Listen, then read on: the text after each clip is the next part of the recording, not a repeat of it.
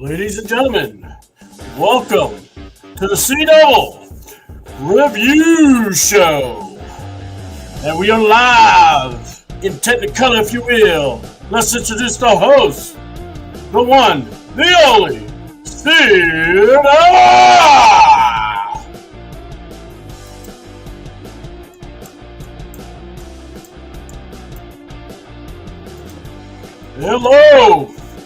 Hello. I have no crowd applause, so. All right, we stopped it. Sometimes you got to just tell the people to stop. All right, Berto's going to be joining us here in a few minutes, so give us a check, getting all the bugs out, getting everything ready. Today is the debut of the C-Double Review Show. We are talking WrestleMania.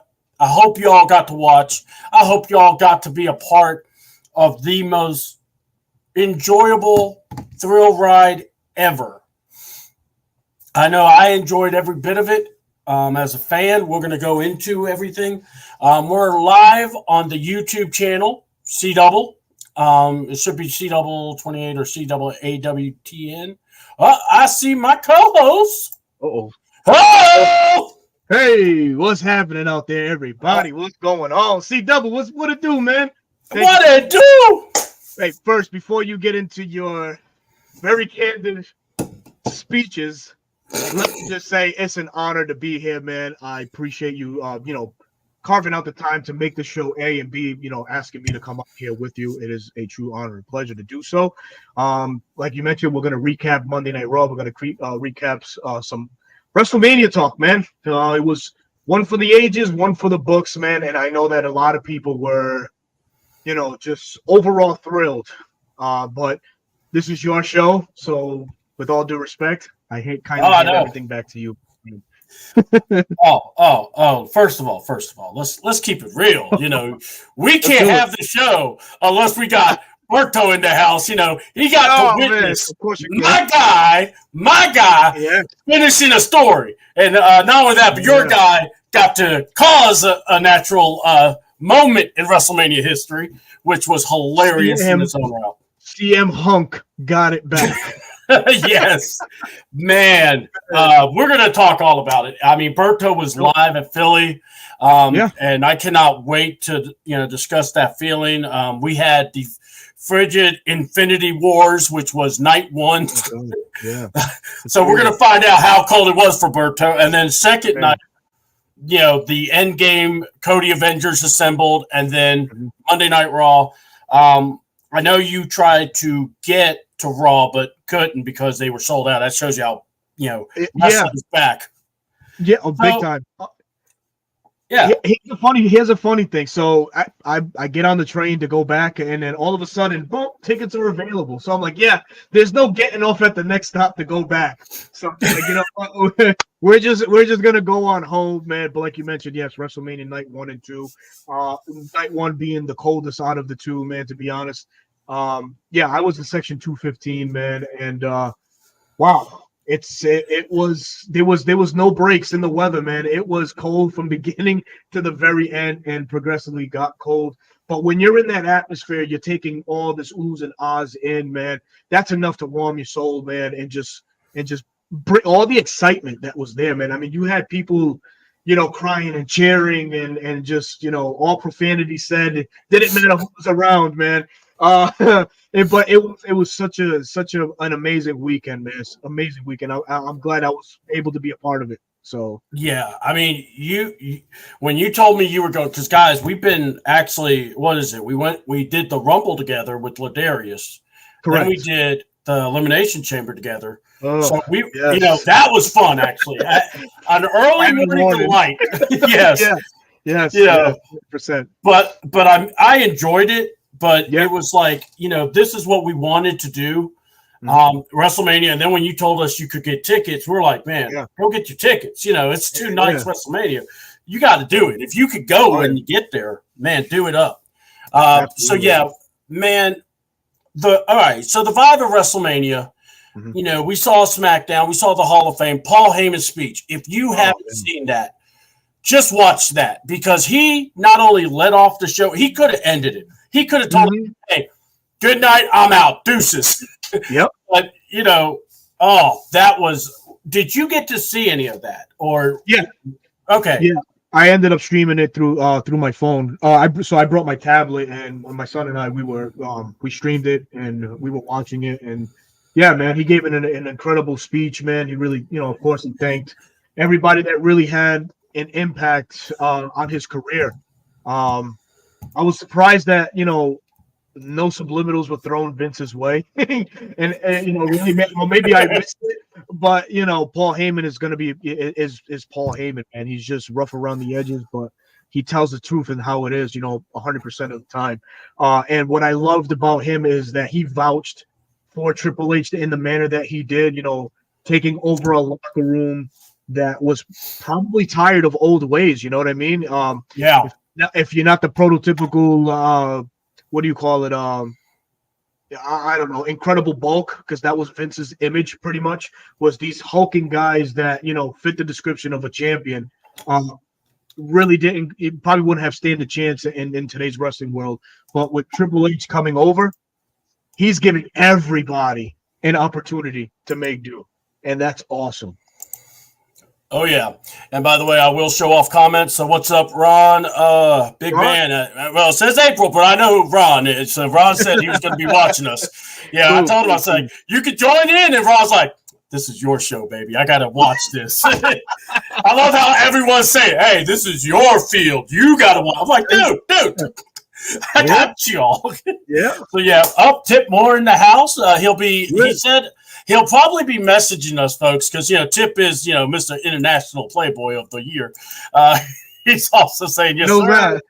Man, homeboy, man, I got to go here. Tip was getting me hyped up even more during WrestleMania, because he's like, this is bringing me back. I hadn't watched in a while. And, sorry, Tip, if I'm bringing that out, but, man, it was awesome. This was finally the weekend pro wrestling fans could be proud of pro wrestling. I felt, from fans that were back in the day. I used to watch when it was WWF. 1987 was my first WrestleMania. I made that very clear. By the way, the backdrop, if you haven't told, I didn't know how to do this stuff, so I found this really cool picture, and it was it's Dusty Rhodes seeing Cody and Mama embrace with the belt around Mama. So I thought it was a great picture. We'll take the cameras. It's if you haven't seen it, it's made its rounds, and I thought that was amazing. This WrestleMania was hyped to the gills, and you couldn't have it without a few people. Triple H, obviously, but 100%. you couldn't have it without The Rock. Roman did his thing. Roman, coming in and out like he does. But the thing is, Rock, man, it's like everything Rock did was just elevate the mess out of this. I don't know what your exact feeling was, Berto, but let's talk about it real quick. When Cody wins the Rumble, and then we had that weird point where, The Rock and Cody have this embrace, and the fans went ballistic. It was, we want Cody. I have my view about it. I want to hear yours first, and then I'll come back. But what did you think? I mean, from that point and, where we ended up coming to. Yeah. So, obviously it's in the world of business, right? And you do what's best for business. So The Rock screams best for business.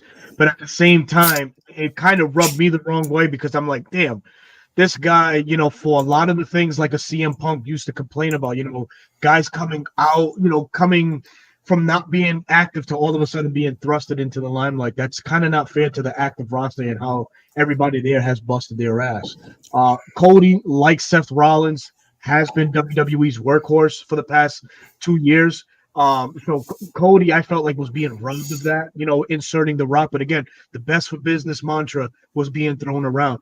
But The Rock kind of, shed light on that, and which was real cool on his behalf. He's like, we listen to the people. We hear what you want. So I think with all the backlash, like maybe you was going to mention, with the We Want Cody movement coming, it shifted. It started shifting that narrative. It was like, okay, you know what? It's not. Oh, our brother Winston's in the building. Yeet. Yeah, so I think it was smart, a smart business pivot to go ahead and listen to the crowd. And I'll flip one to you. How good of a match do you think The Rock and Roman would have had? Would have had the lore and luster that Cody and Roman's what they offered on night two, because it was an unbelievable matchup. But could The Rock, being inactive for as long as he has, put it to the table, put it to the test against Roman? I want to say no, but I like your input on that too. Oh yeah, I'll give it. First of all, thank you, Winston. Please, anyone that's here, smash that like button, subscribe to my channel. Also, subscribe to my boy Berto. He's here. Let's give him some love too. The man's dropping knowledge, not just on Falcons, but on Bleacher Report. This man's I'm blessed to have this man around. So thank you so much, man. Oh man, it's time, man. It's all and good. Winston, thank you so much. We're gonna also, and then my guy Tip Moore, he's gonna be very active, I can tell. But I will answer this tip after I answer what we just went over. What I felt was, I always heard it best when I was booking, and I learned from a lot of guys, and they said, and Jim Cornette even said it, and I will bring him up because CM Punk likes to watch him. So hey Punk, if you're watching us, give us a like. And have Berto interview you. Because me, I'll interview you too, but I'll be more like Ariel, apparently. Oh shit, man. But anyway. But one of the things I heard Cornette said, and it actually spoke volumes. Sometimes the best main event, you pull it away. If the fans are so intrigued in it, take it away and see how they act. See what's the reaction. And people do it to kind of see, is this really what we built? Is this really, are the fans really engaged in Cody? Because, people will say Cody was kind of like your politician. Cody was like your, there were some things being said, but then you could tell by WrestleMania night 2, it was all about Cody. Sure. So now going back to what you asked about, could we have seen Rock have a match with Roman? I could have seen it. I don't know if it would have been as good, and I don't know if we would have had the emotional connections. Correct. That this one ended up developing. And my hat, oh my God, MVP. I actually said he was the third wheel in this. Nah, he was the Shield. Seth Rollins. We're going to talk all about that because that moment, I think, took it to another level. So, again, thank you all for coming on. Please throw your questions like Tip here. He goes, how do you guys feel like this WrestleMania was definitely one, if not the best? Also, I feel Cody being the champion, beating Roman at Mania to finish the story was excellent business. What do you guys say to that, Berto? Oh, man. I have 3 WrestleManias, and I don't know them by numbers, but I know them by the matchups, right? That I could say were the best WrestleManias ever put together, and that would be the retirement match with Taker and Shawn Michaels. Then you got Shawn Michaels and Ric Flair. I would probably put this one as number 3. Oh, okay. I would probably put this one only because those other ones offered, can't find the word to use, but there was a lot of emotion tied into those matchups for specific reasons. Ric Flair itching his way out, and so was Shawn. I remember Shawn Michaels as well. But this one, for me was number 3. Now, like he was talking, I don't think The Rock could probably deliver it as good as he looked. I don't think it would have delivered if they pivoted and just went solely that as the main event. I think that would have been, for the bookies and the marks and stuff like that, not for the true fan at heart. You know what I mean? Because what Triple H has shown us is the long game. Okay, we're going to start with this story here, and we're going to circle right back to it to finish it, man. So I love that he did that for Cody. Not, being the AEW guy, so to say, but coming back and really, finishing what he sought out to do. I think it was an amazing thing that Hunter provided the fans, and B, Cody, man. Totally agree. I wanted to bring this up. WrestleMania. I feel this was the best. connecting of two nights. Yeah. Because that tag team match stood on its own. It really did. Mm-hmm. Very amazing. And, someone's like, oh, man, it was predictable. I like predictable. Yeah. Sometimes, if you do it the right way, it works. Like, here's an idea. What if Cody and Rollins won? Rock gets the mic and go, Bloodline rules, screw you. Yeah. I'm the boss. I'm TKO. This match starts. We could have seen that. So I think I had no problem with the way night one ended. And that because it brought even more of an excitement, even of more anticipation for how are they going to make this work. Mm-hmm. And then I got the question for you guys, and we'll all bring this on real quick. So we got Fax Winston, because Winston did bring this up. I want to bring that. Mm-hmm. He said he figured Cody was going to win. The storyline was too massive for him to lose again. You know what I liked about it? Cody took the pinfall in the tag match. Yeah. And right. I thought that was easily took it. Yeah. So it kind of showed that Cody wasn't being protected. Yeah. So that's usually what happens when somebody that's in the main event or something like that, they usually protect that individual, give it to, sorry to use the term lesser, but the yeah. or the less important guy, we could say, or in this part. Yeah. But I mean, like, you could have done Roman pinning Seth. You could have. That could have done something that made people go, "Oh man, did we just see this?" But that would have been a story that could have really, like it did, concluded on night two. But could have been one of those things. I got one now. I got mine. Yeah. You now, Seth. But man, it was great. It was so good. What's one of the more refreshing things that we spoke about this earlier this morning was. Yeah, of course, this is the first WrestleMania that wasn't led by a McMahon. That era is, quote unquote done. Stephanie made her appearance and all her. And she looked amazing, by the way. She did. She really did. But she had no say in the game, so to say, no pun intended to Triple H. But it was his show. He ran it. And what he did was he showcased a lot of the talent that wouldn't have gotten a shot at WrestleMania. Like DIY under McMahon probably would have been relegated to an Andre the Giant Memorial Royal Rumble. Yeah. Than a spot on Mania, or they wouldn't even came out to the DX. They wouldn't have their theme mixed with DX at all. No, hell no, not one thing. And again, so let's stop right there. Let's go back a few minutes, right? Mm-hmm. When what he said, you've seen a lot of guys in the back end, girls given this such creative freedom now to just really pitch their game and say, hey, this is a better look for me. Let's go. And that's wonderful. I think that's what professional wrestling should be about, is, being able to present yourself in this market to see, what you can attract. And of course, with the traction comes business, comes money, and more opportunity. So, I definitely like the way that WrestleMania was constructed this year. Oh God, yes. And let's put it this way: if you didn't know Triple H was in charge, guys, newsflash, he's in charge. I mean, that man's handprint, everything was on it. Let's get into it, man. Saturday night, the official title of WrestleMania Night 1, folks. Let's just call it what it was. It was WrestleMania 1 Infinity Wars. That is how I felt from the moment it started. I kept telling my buddies, I'm like, this is what that tag match was going to be.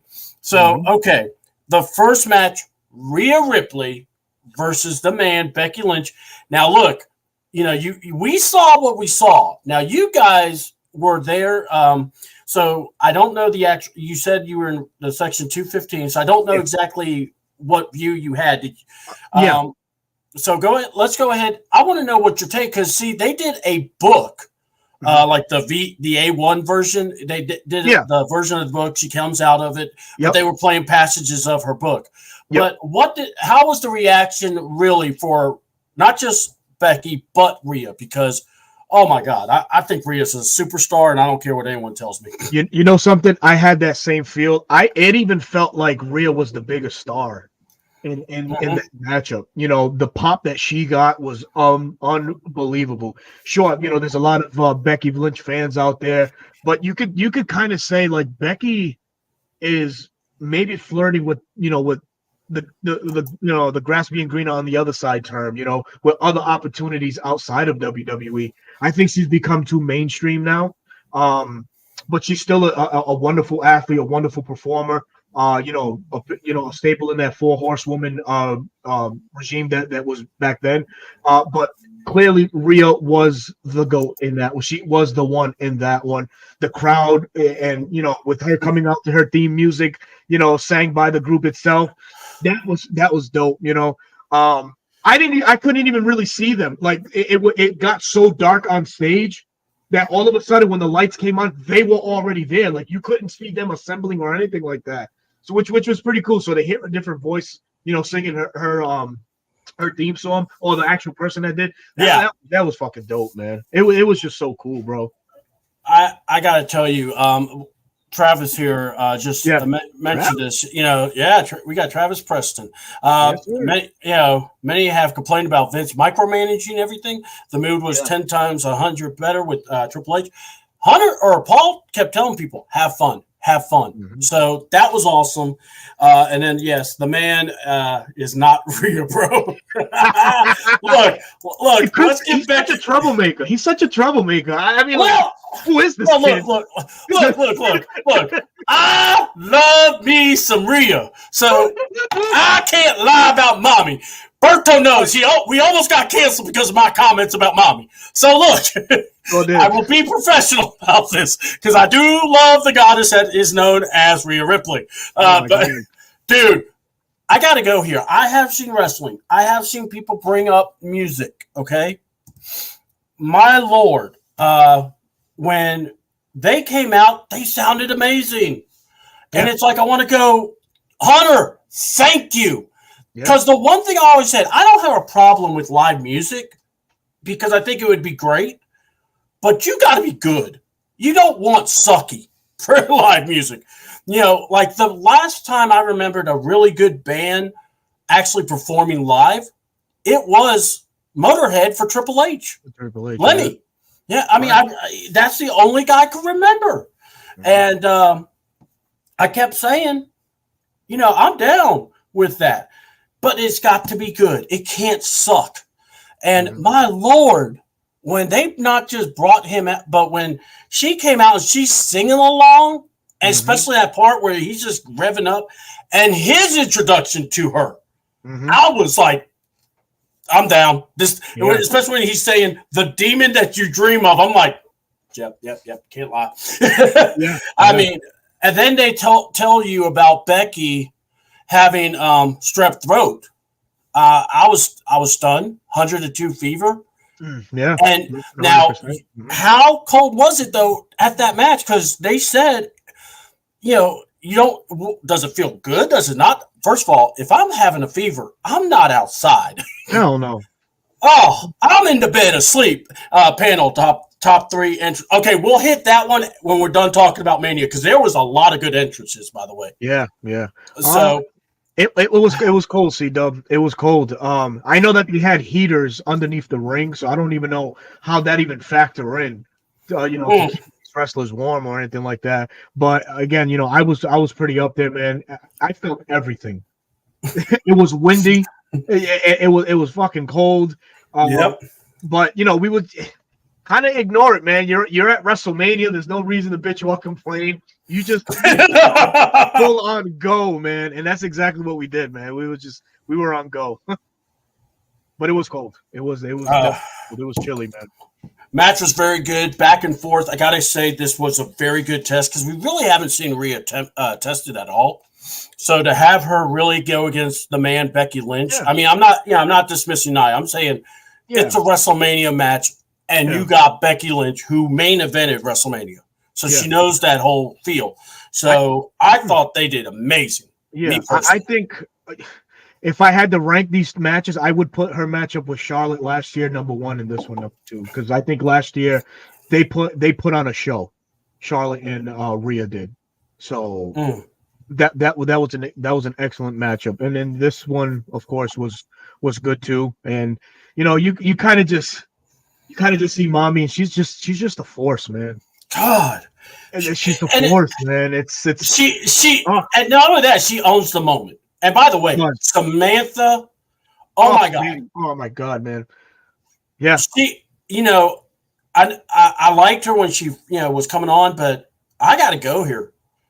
The way it's going, she's going to be the best damn ring announcer ever, next to Howard Finkel and even Buffer. Because, the emotion that woman had. I mean, she the Cody one. She got. Yeah, man. She got a lot of people. Yeah. Oh, I bet. All right, bro. Rhea wins. She's the champ. Mm-hmm. She's still the champ. The riptide off the turnbuckle, rebound to another. Dude, amazing. That's the stuff you want to see. Don't worry, Tip. We're going to shout out to Bailey. We promise. Oh God, Bailey. Yeah, because she was amazing. But, this is night one, folks. Look down. WrestleMania night one, Infinity Wars. You gotta stay with the script. So we are, and Uncle Steve's just messaged me saying, "Good luck, brother." Thank you, Uncle Steve. Big love for you guys. Who are oh my God. Also. Wait, hold on. That's Uncle Steve that just texted you? No. He texted me on my phone, so he just messaged me off my. Yeah. No, let him know that I said that he's now known as Captain Unc Sparrow. He won't know what I mean, but I want to tell him what I mean by that. I'm writing it down, Uncle Sparrow. Is it because of the shirt he wore on the cruise ship? Because that boy was pimping. Dude, he did his best role as the Pirate of the Caribbean, man. This guy was on the ship and everything. Shout out to Uncle Steve, man. Love Uncle Steve, man. I can't wait to see his response. I just messaged it to him. Oh my God. So yeah, and by the way, guys, if you want to be a part, simply message me and I'll send you the link. We could get you into panel. So if you saw Mania, we'll let you come in and talk with us. All right. We got the 6 tag match. So real quick, what were your thoughts of they wanted to split these belts, so this is how we're going to do it. The blue belt on one side, red belt on the other, and you got to get them both. If you, and we had A-Town Down Under, which is Theory and Waller. They won the blue belts, but they were out first. You had New Catch Republic. You had DIY or DX, Awesome Truth. I'm not trying to forget people. I'm trying to remember. Okay, so far I got that. We got Judgment Day and the New Day. So we got a whole lot of days going on. So so going in, what did you think was going to happen, and what did you feel about the end of that match where we had basically, I mean, look, you get a hot tag in a ladder match, you really got to appreciate that. You do, yeah. So overall, it was a good match. There was a couple hiccups and stuff like that, but that's going to happen, in wrestling. You know what I mean? Every spot cannot be perfect. There's things that are going to happen. So for me, these guys won it. Grayson Waller and Austin Theory, sure. And then you had the Awesome Truth that won. To me, more so, I hate to sound like a Debbie Downer. It's just we need a infusion of new talent at the tag team position, at the tag team title scene. Yeah. I think it kind of just showed the weakness that is there more so than anything else. It was a good match. It was good for comedy, as R-Truth is the gold standard in that, man, wanting to be tagged in a ladder match and shit like that. That was hilarious with R-Truth, man. But I just felt like it was a good match overall. I expected the belts to be split for other various reasons. I think there's a rumor going that Finn Balor might be done relatively soon with the company. As he has not been re-signed yet. So that could be another motive as to why they dropped the belts. But overall, it was a solid matchup, and who got him. I would have the Czech Republic or those two other guys win it instead of Grayson Waller and the other guy, because I can't stand him. I can't stand either one. Well, I'm okay with heels winning and being a part. I'm always for that. Come back. Hold on. Come back. Got somebody that came in at first and then he dipped out on us. So I'm trying to retrieve him back. I guess we need to bring some water for him. But coming to the stage, I got my man Ron. Ron is in the building. What's happening, Ron? Yeah. What's up, Ron? All right, Ron. This is wrestling. It ain't football. So, are you going to be able to talk some wrestling with us? Oh, yeah. To me, all right, hold on. Yeah. To me, I thought Matt Hardy then was coming back for the belts in the tag team ladder match. I thought they were coming back. Because, Matt Hardy said on podcast, my contract running out on AEW. Yeah. And then they asked him, they were like, so what, you going to WrestleMania? He said, never know. I might be there. You know, look, anytime you have a wrestler that is close to their contract, it's good business to say, you never know where I'll be. Right. Look at Matt Cardona. That man is making a living being an indie god. And right. I mean, that's not a joke. That's just something that he's been saying, and he actually has been living it. Right. Also, hold on, Ron, I love you, but we got to also introduce the man that's too powerful for water, that has to always have the water jug, and it better be there, because if it ain't, you're out of the show.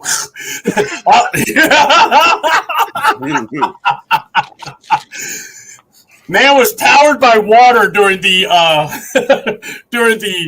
elimination chamber, but we got him. We got a hold of him. Ladarius, thank you for jumping on to the CW WrestleMania review. We are talking the tag team ladder match. What was your view on the tag team ladder match, my friend?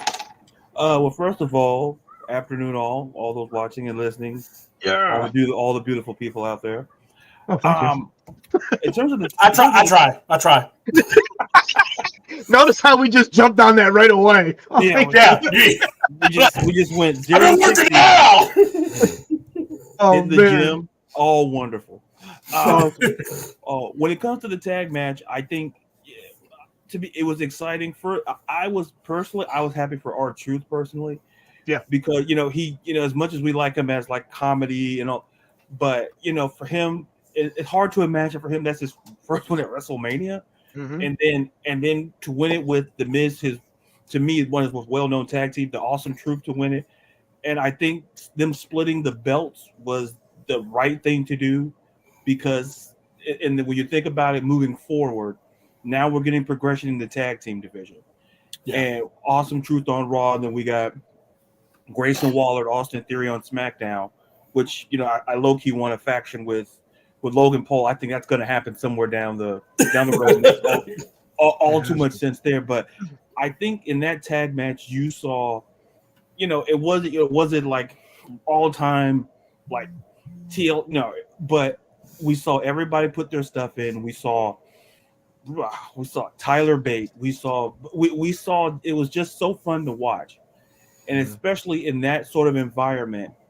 To me, it was a match. It may not be like a match of the night, but it definitely came in with a lot of great stuff moving forward. That's what made the belt split so interesting, because now where are we going to go directionally? Mm-hmm. So that's why I enjoyed it, because with this whole WrestleMania, it's all about storylines. What are we going to do after that? Yeah. So I'm curious to see what happens with the Awesome Truth and with Theory, and I just said the man's name, with Theory and Waller moving forward. Yeah, I thought when you said that with Waller, Theory, and Logan Paul, I'm with you. I think that would be a great thing to do. The only team I wish was in that match was also our guy, or the guys, the Creed brothers. I thought they missed it with not having them involved. Yeah, but it's okay. I can see Hunter getting them involved, and I think you needed to have a heel team win something. Mm-hmm. And I think Waller and Theory have actually done really well with teaming together. And then not just that, they've been feuding with Randy Orton and KO, a tag team I never thought I wanted, but I got to have it because those guys are hilarious. We'll talk about that later in their match. I mean, oh my God, that match was great. So really, honestly, my thought was this. In the tag team matchup, I was happy for R-Truth, like what you said, Ladarius, and, I'm with you, Berto and Ron.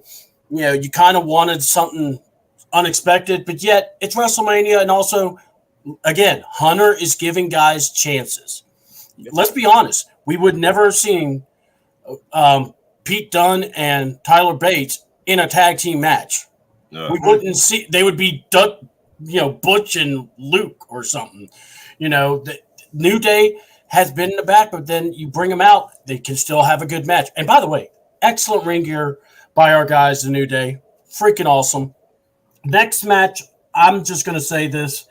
I call it the Latino Showcase. Orale! Because sometimes you just want to look at the guys and go, really? We can't separate these guys to fight anyone else. They got to fight. Yeah. But anyway, they had a good match. And then we saw the debut of two monster Latinos. I didn't know they were Latino. I got to talk to Berto here. Maybe he made them honorary Latinos. But I'm talking about that much pull.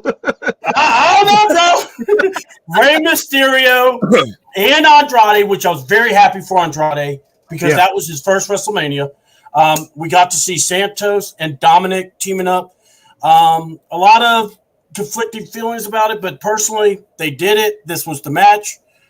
And then I thought it was going to go one way, and then we had the interference, which was hilarious. We're going to start. We're going to do a reverse because I want Berto, because I definitely want to hear Berto, but I want to hear what you, Ladarius and Ron. We're going to start with Ron. What did you think of that match? I like that match. I like when Dominic get his ass whooped every time. Excuse my French. I like when he get his ass whooped every damn time. He deserves an ass whooping every time he stepped in the motherfucking ring against his father. I'm sorry. I'm from the old school. You do that to your family and your father, you deserve to get your ass whooped every damn time. That's true. I love it. Ron's going to be the Rock of our show. He's going to cause everyone to have YouTube to have the censor button way too Carlo. Ron's like, excuse my French, ass. Oh, I'm going to drop an F-bomb. Yeah. What you thought of there? I love it. I enjoy the match, especially Rey Mysterio. It was great to see Andrade first and foremost. I think bringing him back, moving forward, I see big things happen for him. I liked him in his first run when I think he was the United States champion his first time around, if I'm not mistaken. So I'm looking forward to that. But overall, look, the match served its purpose. Yeah. But listen, when I saw we had more luchadors than Jason Kelsey.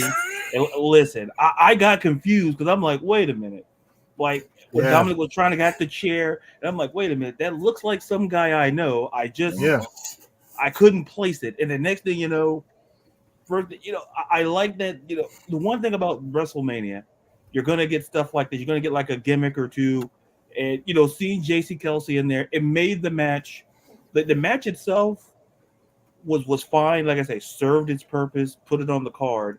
But I just think moving forward, like I say, I look at Andrade, I look at Rey Mysterio. In fact, I look at all four of these competitors, and this is where we talk about with Triple H. We think of Triple H, the Triple H era, Renaissance era, whatever you want to call it. Okay. You're going. I think the emphasis, the takeaways here is that I think Andrade, Santos, and I think even Dominic are going to get they're going to get that push. And I think Rey is just there. Rey's a Hall of Fame. Rey has nothing to prove, in my opinion. No, he can stick around for all. I think he's going to be the mentor. He's going to be the guy, and I'm perfectly fine with that. So I think in that match, I just think we kind of saw a serviceable match, and I think we kind of have a little insight into moving forward. And like I say, Triple H has done so much, but I think doing this specifically. So I'm curious to see where does this go from here, because there is some intrigue there. So that's what I'm especially looking forward to. Awesome. All right, Berto, you saw. Yeah. All right, I want to know: did you make Travis Kelsey or Jason Kelsey and Lane Johnson? Did you make them into honorary Latinos for the night? What was that? Yeah. I reached out to them through IG. I was like, "Hey, listen, man, just for this night, I bestowed the flag upon you." and make you honorary Latinos for one night. Which when they jumped the barricade, I at first I thought, oh shit, the Creed Brothers, that because they both fit the description of the Creed in the same build and everything. I'm like, oh, we're getting them. Okay, cool. But no, it ended up being these two guys. Of course, you had to bring some more of a Philly element into it. Why not with the players? I know that WWE had reached out to Jason Kelsey about doing a spot, so it didn't surprise me the least bit with him. But Lane Johnson definitely, because he's still an active player that cannot stand to get hurt, especially with OTAs being around the corner. But that's for football. This is wrestling. But yeah, it was a very serviceable match, like Ladarius said. I was expecting a turn of some sort with Carlito, because Andrade got picked for that match over him. So I felt like some shade was thrown there, and I was like, wait a minute. This could be something interesting in this matchup tonight. I think Carlito breaks away and does his own thing, or hell, even create his own faction. And if there's anybody that's, even on his side, who knows? I know that before McMahon left, I know that they were really searching for that next Latino entity, like the Eddie Guerreros. Yeah. As mentioned, Rey Mysterio, kind of a non-factor now, as late in his career as he is a Hall of Famer. He can serve as a third wheel and stick him in any situation, and it's gold because of his name. So, to that, I just felt like there was something more should have came out of this match. It was a great match. The young man Berto, I think it was, he got his moment where he flew off the rope. Giving him different spots to shine as the luchadors do. But I think a little bit more should have came out of that match. I think it could have went into an extra inning if you would have broke somebody off of either one of the factions and had them turn in some way to, really play the long game with that. Because everything now with Triple H and company is a story. So it'll be interesting to see how when SmackDown comes or when Raw comes next week, where do these guys collectively end up now? Yeah, so.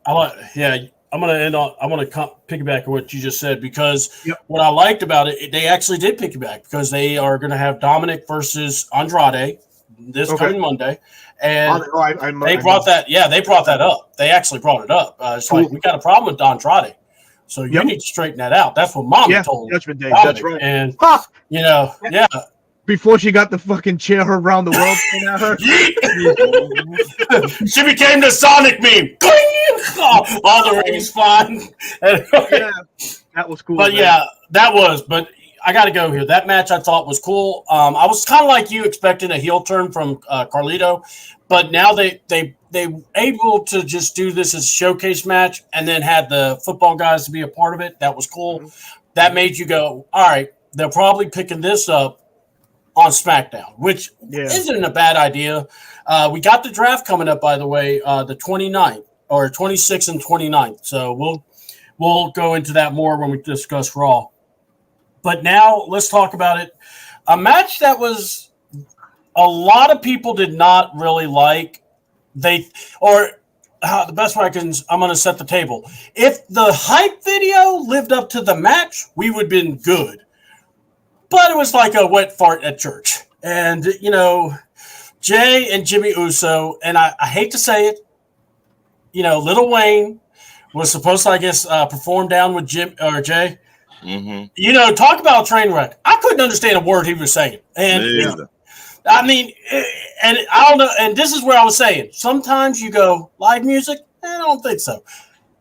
I don't know if it was the mic or if it was the performer. but I will say this, Hunter must have heard it in my head because he jammed that music way too high so everyone could see Jay and doing the, his thing. But I got to ask, guys, what did y'all think about the Usos matchup? Because this was the third, well, they say third, but let's be honest, Taker and Kane wrestled two people, and they wrestled quite a few Manias, if I'm not mistaken. And they were brothers. Mm-hmm. Yeah, I believe in kayfabe. Anyway, what do y'all think? I don't want to be the Debbie Downer, but I think that the second night offered more spots between them two fighting than the first match did. Right. So, that's what I felt, man. I think that match should have been, ramped up by 100. You know what I mean? Really show me the rivalry. Really show me the anguish in and discourse that you have for one another, and within the confines of the bloodline storyline.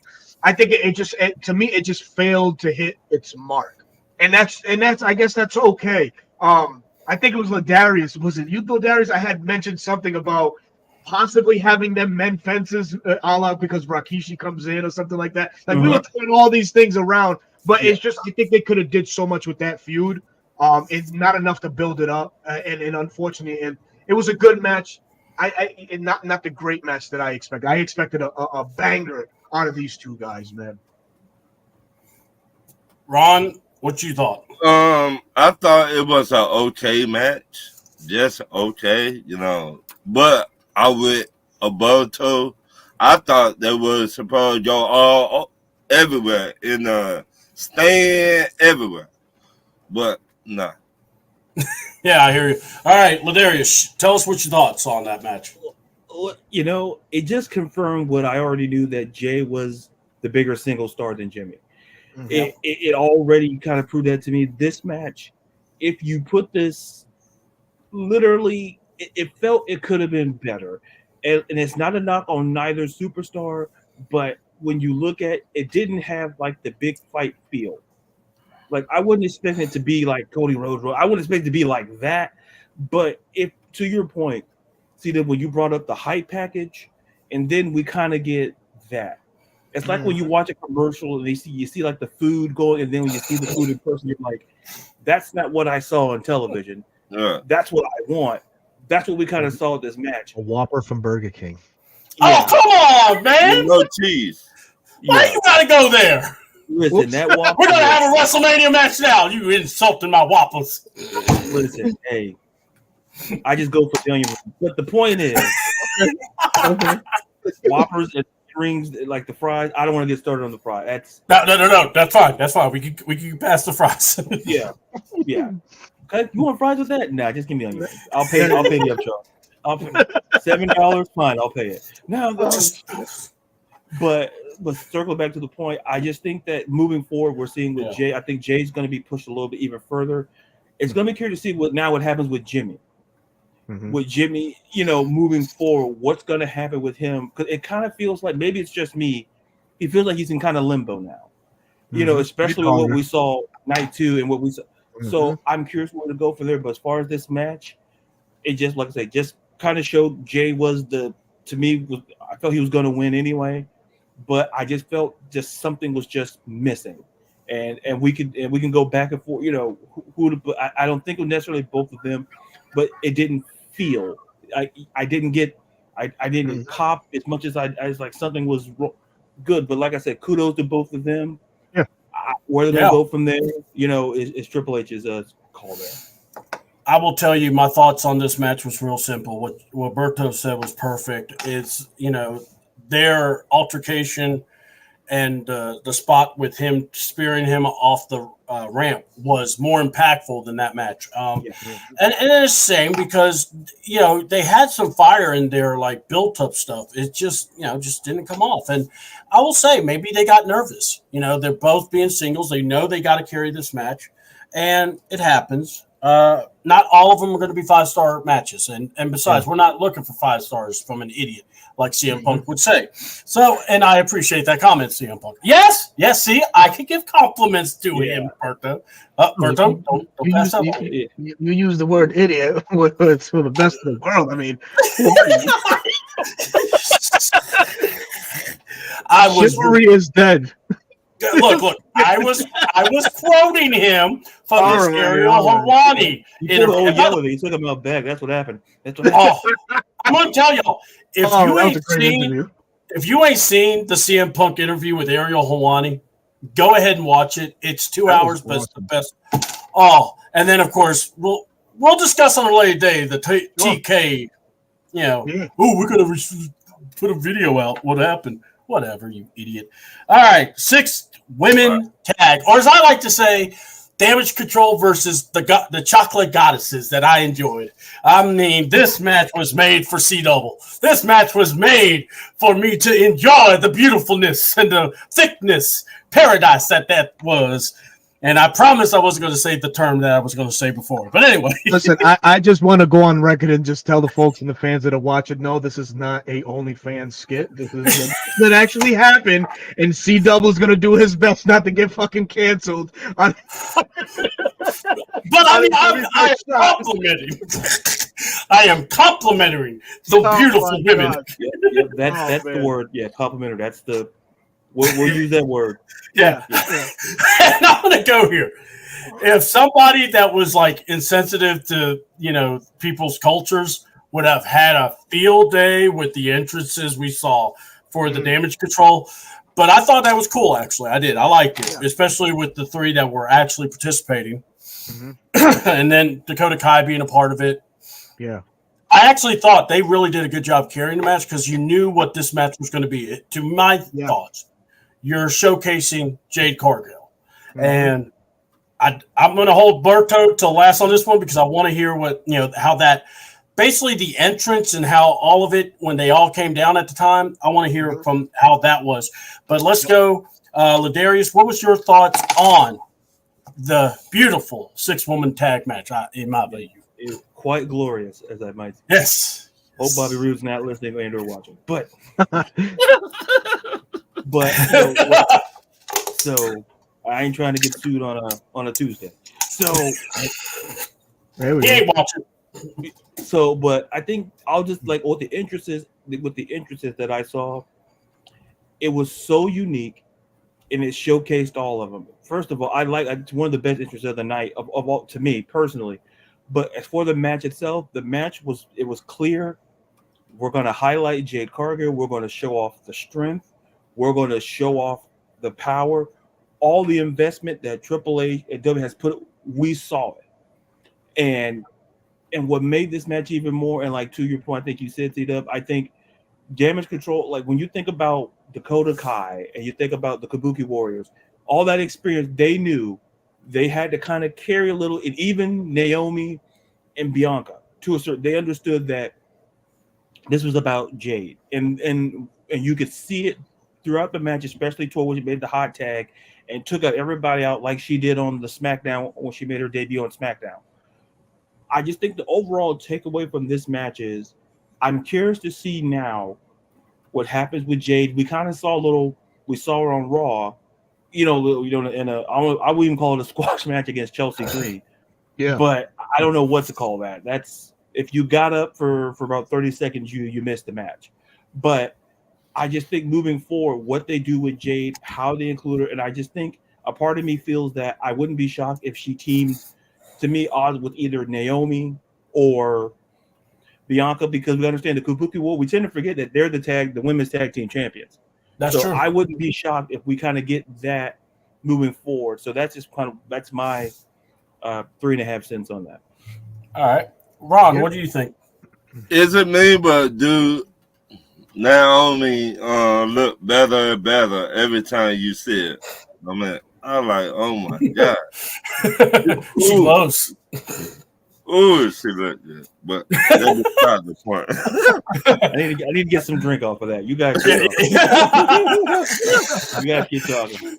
But I like what they doing with Jade. I like how they build her character up. And so now, do you separate her from everybody else and let her do her thing? Or do you keep her with them, then separate her at the end or in the middle? That's a good question, man. Let's go to Berto because I want to hear. Because the reason why I want to go because Berto, you were there, and they had a very unique and cool entrance. It's like the lights were out.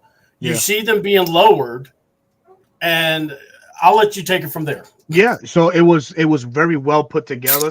Again, I was in section 215, so everything was in front of me. So there was a little bit that was obstructing my view, which is one of the pillars from the staging and stuff like that. So I was able to see them when they were not at their highest, but almost at their lowest, getting off. But they did have the jumbotron around that allowed you to see the full entrance. But I'm there. I'm just looking in awe because of how the setup was, entrance after entrance after entrance. Now, fast forward to the match. I think it was a good presentation of the Jade Cargill situation, but I think this screams to me, at least, that she needs to be protected a little bit more and have her in these tag teams versus the squash matches that we saw last night with Chelsea Green. I don't think she's quite ready yet, unfortunately.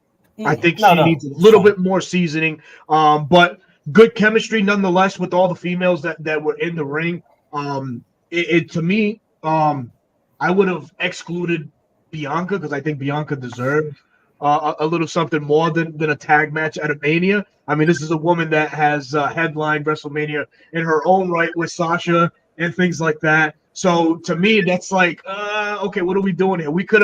They could have highlighted somebody else like Jade Cargill, Naomi, and who knows? I don't know. Nia Jax, for all I fucking care, or even or Liv Morgan or something like that. I got you. Yeah, I mean, but when you said that, I think I had my mind kind of played back. I truly do believe that. Like I said, no inside information. I truly believe that we were going to likely get Bianca Belair versus Charlotte Flair. I believe that was the plan, but unfortunately, what happened with Charlotte. So I think Triple H is trying to find, and like I said, you're 100% right in what you said. Like it doesn't feel like someone who's main evented WrestleMania, mind you. Just and she gets the 6-woman tag match. It kind of feels like, we're just putting her there, but I truly do believe that they wanted to find something for her on the card because I truly do believe that it was Bianca Belair and Charlotte Flair to kind of complete the 4 horsewomen to kind of put some, I won't say finality, but to kind of put that on showcase, of WrestleMania. Yeah. But I do agree with you, bro. I just kind of it felt like Bianca didn't have to be there, but I think you can't leave off someone who's main evented WrestleManias high. I think it was hard to make the case to leave her off, so you had to kind of put her somewhere. So, like I said, I just think it was just unfortunate what happened to Charlotte. Yeah, injuries. So I just think that kind of put a wrinkle in kind of things, in my opinion. Yeah, well, there is a money matchup there. It's Jade Cargill, Bianca at some point, whenever Jade Cargill is ready to have the training wheels knocked off of her, and she can just full on go. But I'll throw a curveball. Who would have been nice to see instead of Bianca would have been Jordynne Grace from TNA. I think having her re-debut at the grandest stage of them all, because she held her own at the Royal Rumble. Yeah. And there's little rumblings around that Nick Khan and Triple H are starting to open that door to have other promotions come in. Why not? I mean, she served to be, she got a pop when she came in the Rumble. I think she would have filled in really, really good in that one, man. I really think that should have went to her. But, hey, the card is over. It's finished. We move on. But who knows? Maybe introduce her down the line, so. Well, if anything, I thought we were going to end up getting Bianca versus Tiffany Stratton. But that would have been a good match. But my thing is, the tag the 6-woman tag, I liked it because they played off of the fact Bianca's had issues with damage control.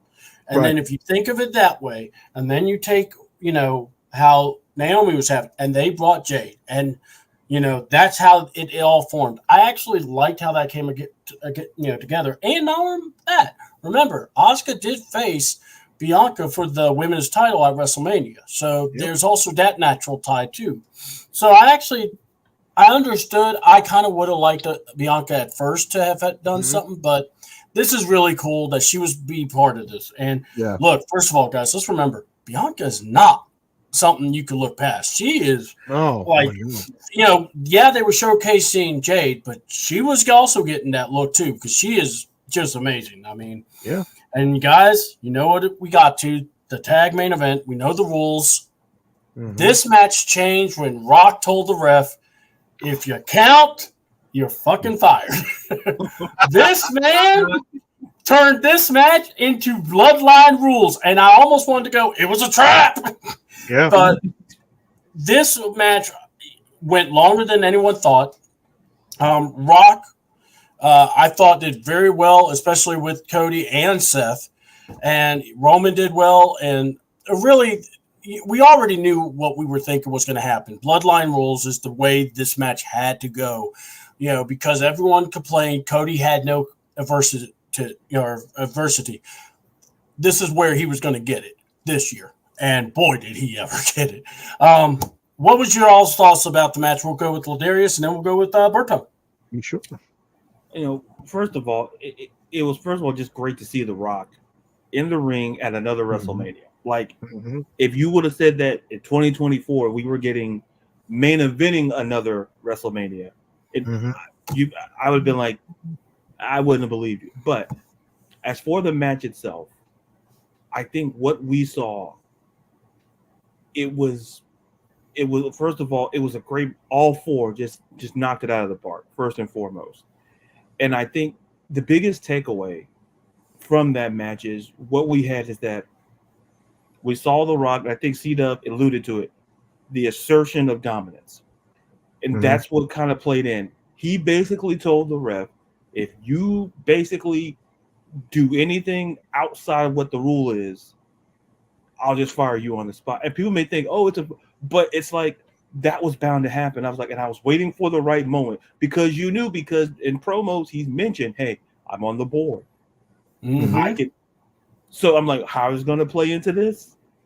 If you dare do anything outside of what I tell you to do, I don't know how you tell it to your family, you tell it to your children, but pack up your stuff and you're getting out of town.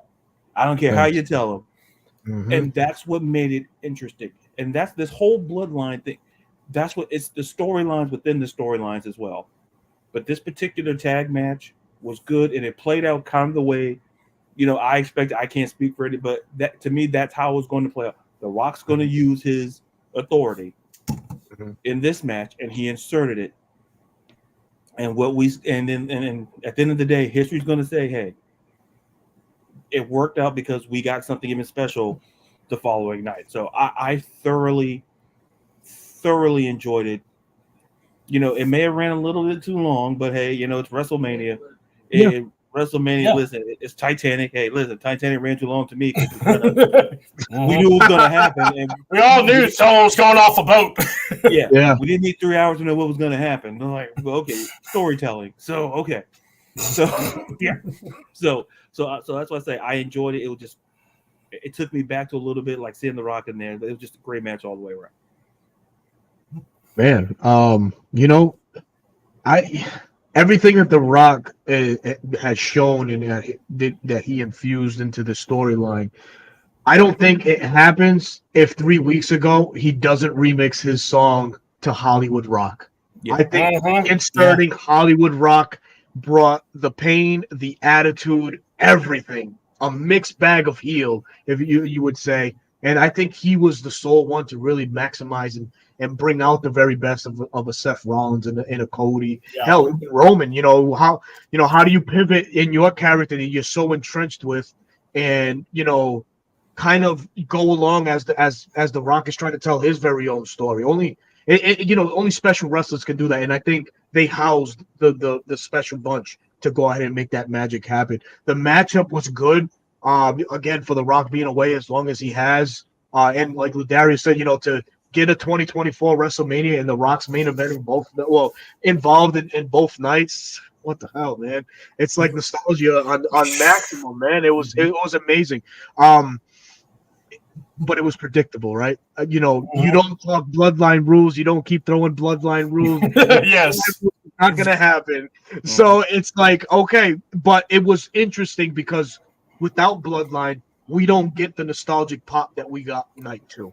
I don't think that those guys or the semblance of the Avengers, as C-Dub was saying, doesn't come to fruition. That needed to happen in order to give the fans, the crowd, the viewers at home that okay, we listen to you. We're going to give you what you want, but we're going to close the chapter right after this. I think we're done doing this here. We're going to move on to bigger and better things. And as Triple H alluded to, we're going to end an era and continue and start a new one. So I'm expecting big things, out of it. Even with The Rock being gone, I still feel like his name is heavily still going to be, dropped at every segment. So he's very much entrenched into this new wave or this new era than ever before, man. And I'm excited for it, man. But the matchup built, was great. Again, it showcased the very best of the workhorse and Seth Rollins. Of course, Cody Rhodes and the ass whooping that he can take, because he can take a goddamn beating better than anybody. And of course, the two greats in Roman and The Rock. So for me, overall, it was a tremendous match. Kind of like I mentioned just a second ago, it was predictable, but I'm glad that predictability led to what we saw at night 2, man. Look, this match was great. And when I mean great is it was done the right way. It needed to be done this way. From the belt whip, from talking trash to Mama Rose and boy. And let me tell you something. I will never say boy the same way again. The Rock has just changed language. I mean, but no, for real though, he was the star of this. The sell he did on that Cody cutter when Cody gets on they just did it from the people's elbow spot. And I was just like, oh my God, I'm done. This was awesome. Rock is great. And so was Roman. Roman's trash talk is still on the most elite of elite levels. Love it. And I got to go here, man. When you got this kind of, gravitas, and you have, think about it, Seth was going to open night 1 or night 2. So this match was amazing for him to pull off what he pulled off. So we're going to take from that. That was Infinity Wars, folks. So guess what? We are taking it to night 2. The Cody Avengers assemble. So yes, it did happen. Love this.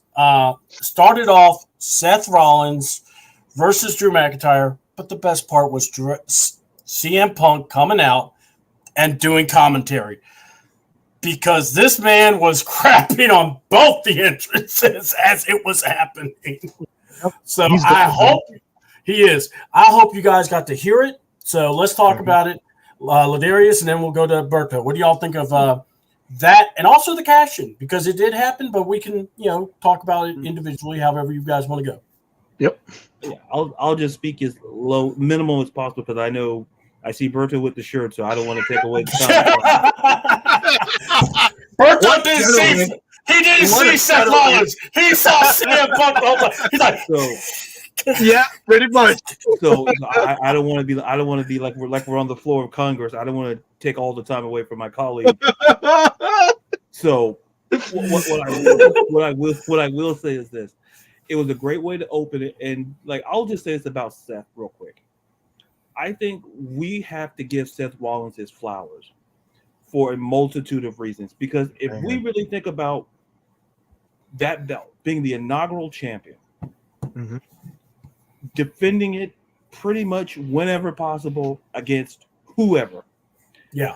And I think sometimes it gets lost because we tend to forget when Cody Rhodes came back. What was Cody Rhodes' first match? They could have had anybody in the company.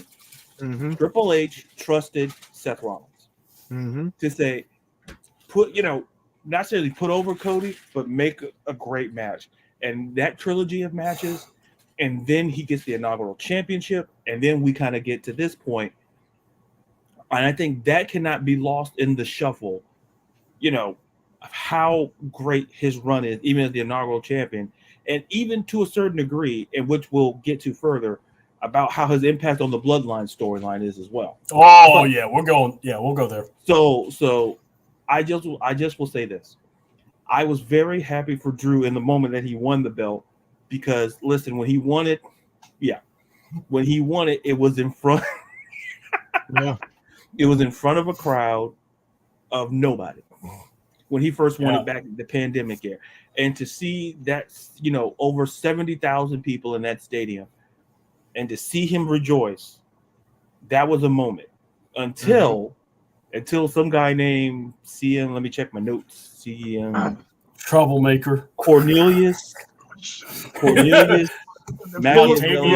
Machiavelli's Punk got involved, and then I sensed, this is going to happen with the cash-in, because I'm like, it felt like it was going to happen. It's like, this looks familiar. I've seen it before.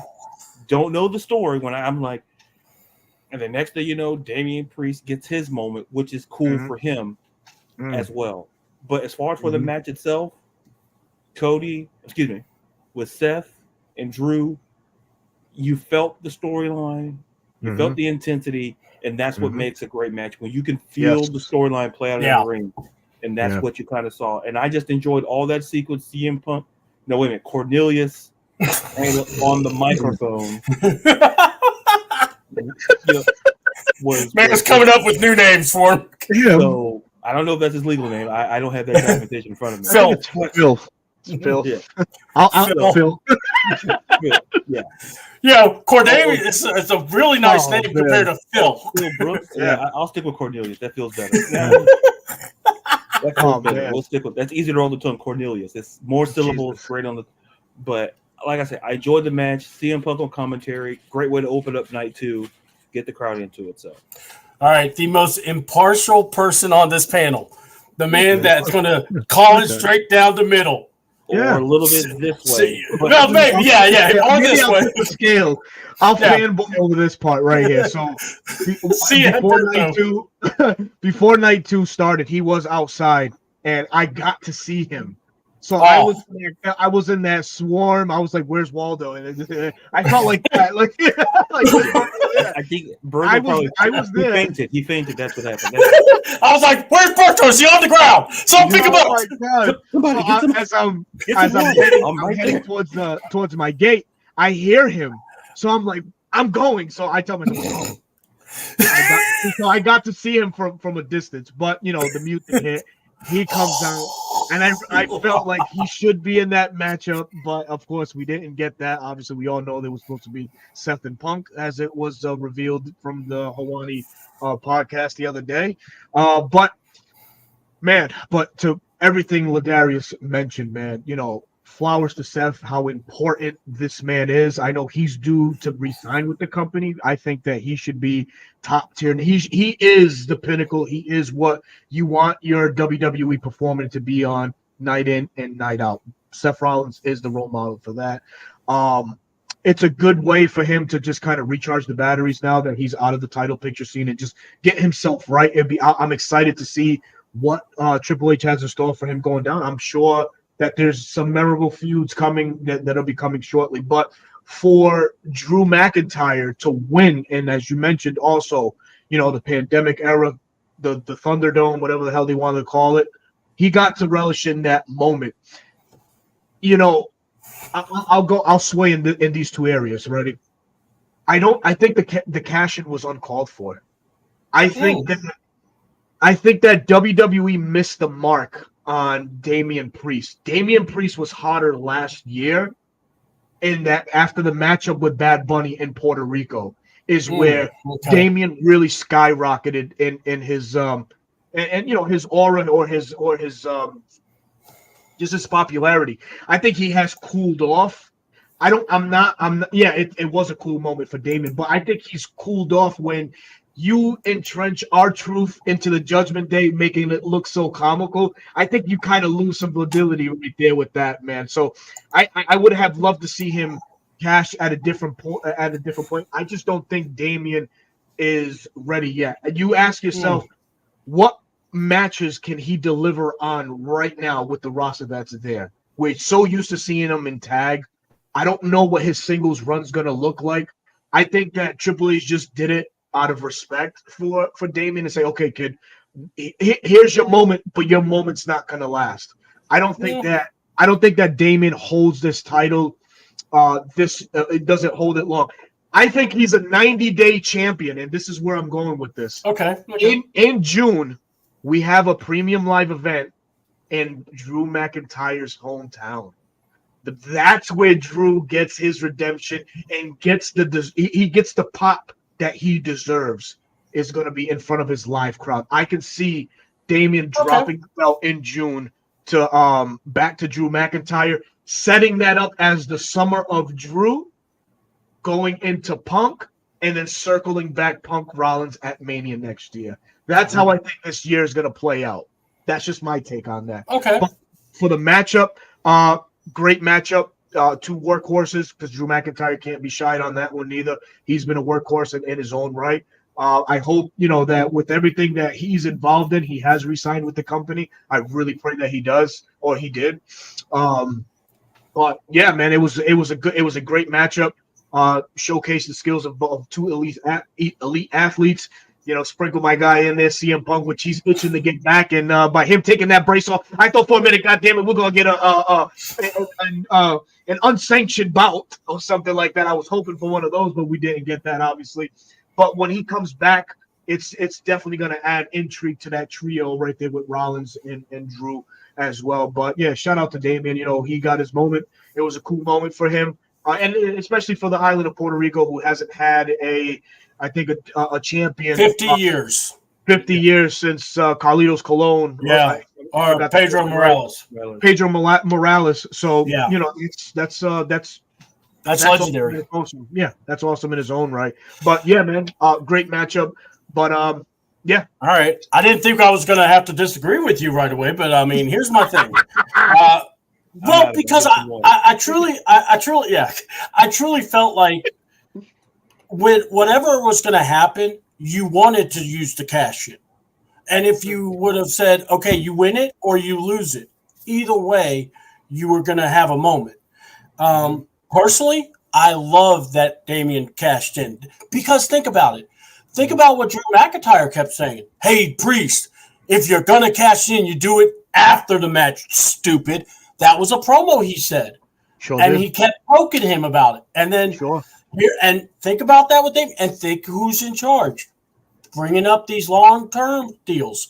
And then you think about CM Punk.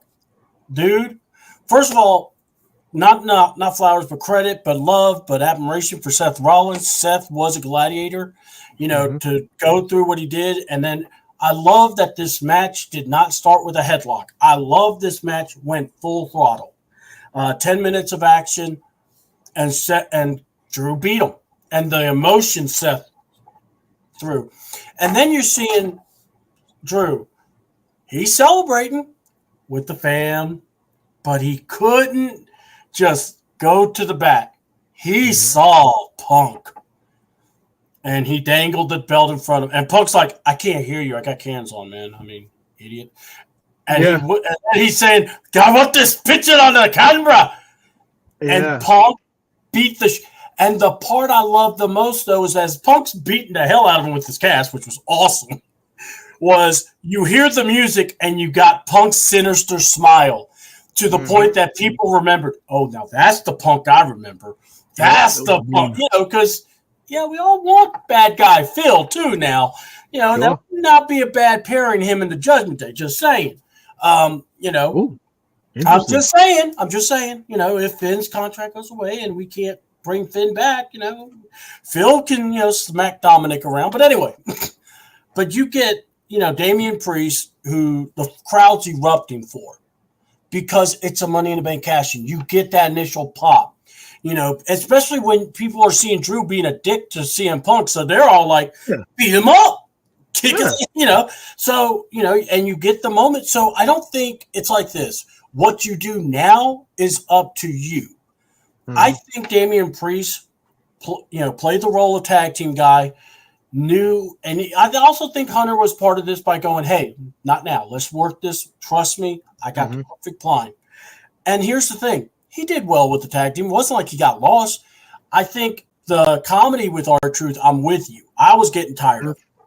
Yeah. But him as a wrestler, I didn't really think bad about because I was like, they believe in him. Not because of the Bad Bunny thing, but because of what he did in WrestleMania. And, and what he did lead up. He was in some really good matches. He was fighting Cody. He was fighting Seth. War Games. He was a big part of it. So, like I said, I like Damian Priest winning it. I thought it was awesome. The crowd was amazing.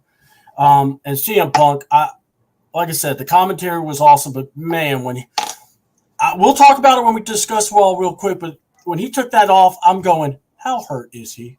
Because if you're telling me he's close to coming back, I'm all in. I can't wait. He kind of did say he was ready. I know, I know. I can't lie. I mean, I was excited about it. It really got me going. All right. And in a 6-man tag match, I did not think I was going to enjoy. I thought I was going to hate it. But then, dang it, WWE, you had to do what you did. You brought out Bully Ray, but not just that, you gave us Snoop Dogg. And this match was brought to you by Gin and Juice. And we probably got the most incoherent talk on commentary. But thank God, because it was Snoop Dogg and not Pat McAfee. So that's my thought real quick. So we're going to go to the next match. But Darius, what do you think about that? First of all, how do I be? I'll say this. I enjoyed seeing Bubba Ray Dudley. Mm-hmm. Yes. I enjoyed seeing Bubba Ray Dudley. Snoop on commentary. Look, I get it. Like, to be clear, I get it. He's Snoop Dogg. He's a lip. But when you put the headsets on and I'm trying to listen to what he's saying, I almost had to turn my captions on, and my captions was like, I don't know what he said. So okay, I'm not the only one. So when the captions on your television is telling you, hey, I don't know, I'm not saying that's terrible, but I think he may have had something before he went down said rant. I'm not going to not trying to get sued on a Tuesday. So we'll leave that in the conjecture / conspiracy, whatever file. But we'll put it in a poll.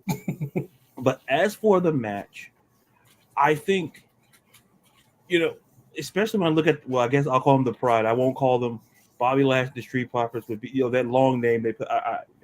The Pride. I'll just call them the Pride.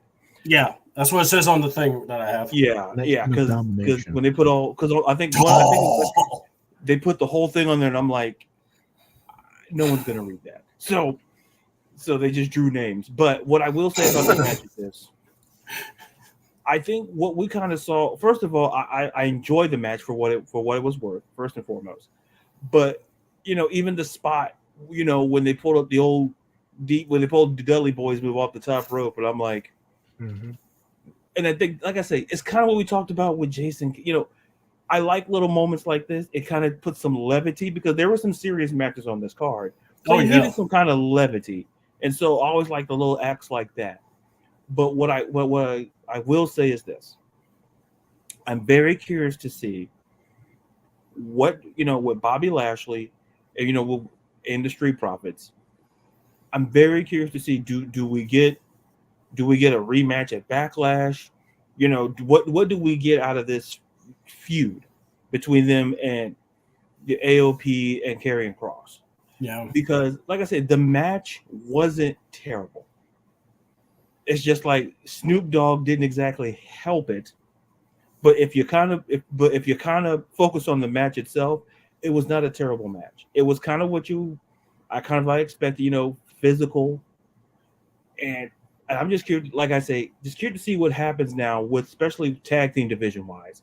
What happens? AOP, the Street Profits, the tag team division now looks pretty good, and so I'm just curious to see. That was my takeaway. Maybe we get something with Bobby and Karrion. I don't know. We may be done with that. I don't know. But like I say, great to see Bubba. Snoop maybe had something sponsored by said match. I don't know. but overall, it was a fine match for what it was worth. Berto, I will be fucking honest with you, dude. come on. After Bubba came out, I was at the vending. I kind of pretty much so mad. So you were getting popcorn when Bubba Ray. Is that what you're telling us? Yes, I missed the entirety of that match. I was in long lines, and I'm like, I think I'll take the L on this one. But I heard the commentary because they're blaring it through the stadium and stuff like that. But yeah, it was a throwaway match for me, to be honest with you. I didn't honestly, when I look back at Mania, I kind of skipped through it too, man. That's fine. You know what I mean? I think it was just a match that just didn't really need a WrestleMania spot. It's a SmackDown match. Yeah. I mean, but there was no stakes. There was nothing that made you go, this match needs to be here. I mean, I'm with you. But you know what? Here, Bobby Lashley got into WrestleMania unlike he did last year. So, I mean, we could at least give the devil the due on that one. True. My thing on this match was I thought this match was going to be nothing. It was fun, but that was about it. It didn't take long. It didn't overstay its welcome. The next match, was it the U.S. title or was it AJ and LA Knight? I think it was AJ and LA Knight. Okay, So LA Knight comes in with the car. He comes in his entrance. AJ, now I'm going to tell y'all, a report was coming out that AJ said during an interview that he did during WrestleMania weekend with the Ringer, basically saying when his body tells him it's time that it's over, he's done. And he knows it's coming soon. So I got to say this. AJ Styles, his ability, I love him. I love watching him. I know if you really rank his matches, the best matches was maybe Jericho or the one he had with, not Nakamura, but who's the other one? I can't think of it right now. It was in my head. Now it just flew away. But I thought this was one of the better matches he had with LA Knight. He brought a lot out of them. I thought this match was real fun, and I'm happy that LA got his moment. And I hope to see AJ in some feuds with Cody very soon. That's who I'm thinking that would be the next feud for AJ Styles would be maybe Cody because of, I don't know. I just have this feeling that, something comes together, in their past that they used to lead or something. I don't know. Now, Berto, were you back from recessions? Because if so, what did you think of that? And hey, listen, I bought two personal pizzas and some soda, a Coke. I think the bill set you back about $1,000. I figured, right? 57, almost $60. Woo! Yeah, I'd be crying. Yeah, man. Yeah, no, I wanted to, but it's okay. I was at the show of the Immortals, so I was like, all right, whatever. It is what it is. How about you give me one pepperoni slice? No, one rib. One rib, man. I was thinking the same. Can you put the soda in my mouth like that? Oh my god! Yeah, put a little, drop it in. Yeah, man, they definitely get you, man. You know those sporting events, man. They get you. Unless you go to a Falcons game where concession stands are the most affordable. Oh, then you're running up and down the stairs getting to that soda machine. Hell yeah, dude. But the match, shout out to AJ and his new theme song, which is pretty cool. He did mention he was going to come out with something new, and he did. He treated everybody to a new theme song. AJ is probably one of the best professional wrestlers in the past decade or more.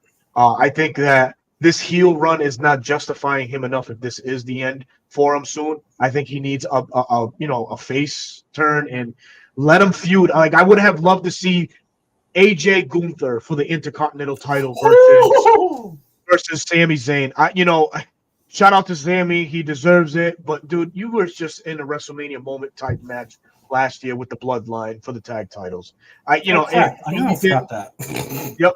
If not, this would have been a perfect spot for him. I think it was just a meaningless feud. I know that, they planted the seed in Perth, Australia at Elimination Chamber and stuff like that. And that's more so to elevate LA Knight because there is something there with LA Knight, right? Yeah. He was hot and the popularity is still maintained above water. So why not put him with a guy that, could bring the best out of you in AJ? So I respect the match and what it gave. It was a good match. Both guys, technically sound. They put on a good wrestling match. But I think I would have loved to see AJ in a different space in that versus the LA Knight. So that's the match. Before Ladarius goes, I got to say this. If we were going to do this, or the way I would have liked to have seen it would have been LA versus Logan Paul for the U.S. title. I would have loved to see Randy and KO get in this tag team gauntlet thing because that would have been fun. Yeah. And why not AJ versus Gunther? That would have been amazing. I mean, yeah. Just kind of shake it up a little. But all right, Ladarius, what you got, man? I think, just to kind of piggyback what Berto said, I think, appreciating AJ Styles, just watching him perform, and like I said, was this the ideal match that he, there were better. We could argue back and forth about better options, and but it's superfluous at this point. But LA Knight winning doesn't surprise me. I think he's going to be a factor in the title picture. What specifically maybe the U.S. title picture moving forward. It was a good match. It didn't have to be. I didn't expect it to be super long. Kind of played it out. And I don't want to say there's not much to say about it, but it was just more of an appreciation for AJ Styles, and then just LA Knight just putting on a very good match in a spot, and then kind of seeing where they go directionally. Kind of feel like AJ Styles maybe toward the back end, particularly seeing what happens with LA Knight and his trajectory moving forward, and seeing what they do, because like it was mentioned, I wouldn't mind him in the U.S. title picture. It makes sense for a multitude of reasons that could take time to explain, but I just think, just curious to see where each superstar goes from here following this match. You can have a heel AJ Styles go for the U.S. title. You can make it like a 4-way match or a 3-way also. But Ron, glad you're back. What did you think of the LA Knight versus AJ Styles match?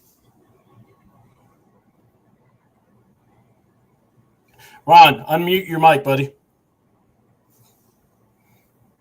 Ron muted his mic, folks. It's all good, brother. It's all good. What you got? To me, I wish that match would last more. We gave them more time. To me, that match was too quick. To me, the build up to the match lasted longer than the whole match. So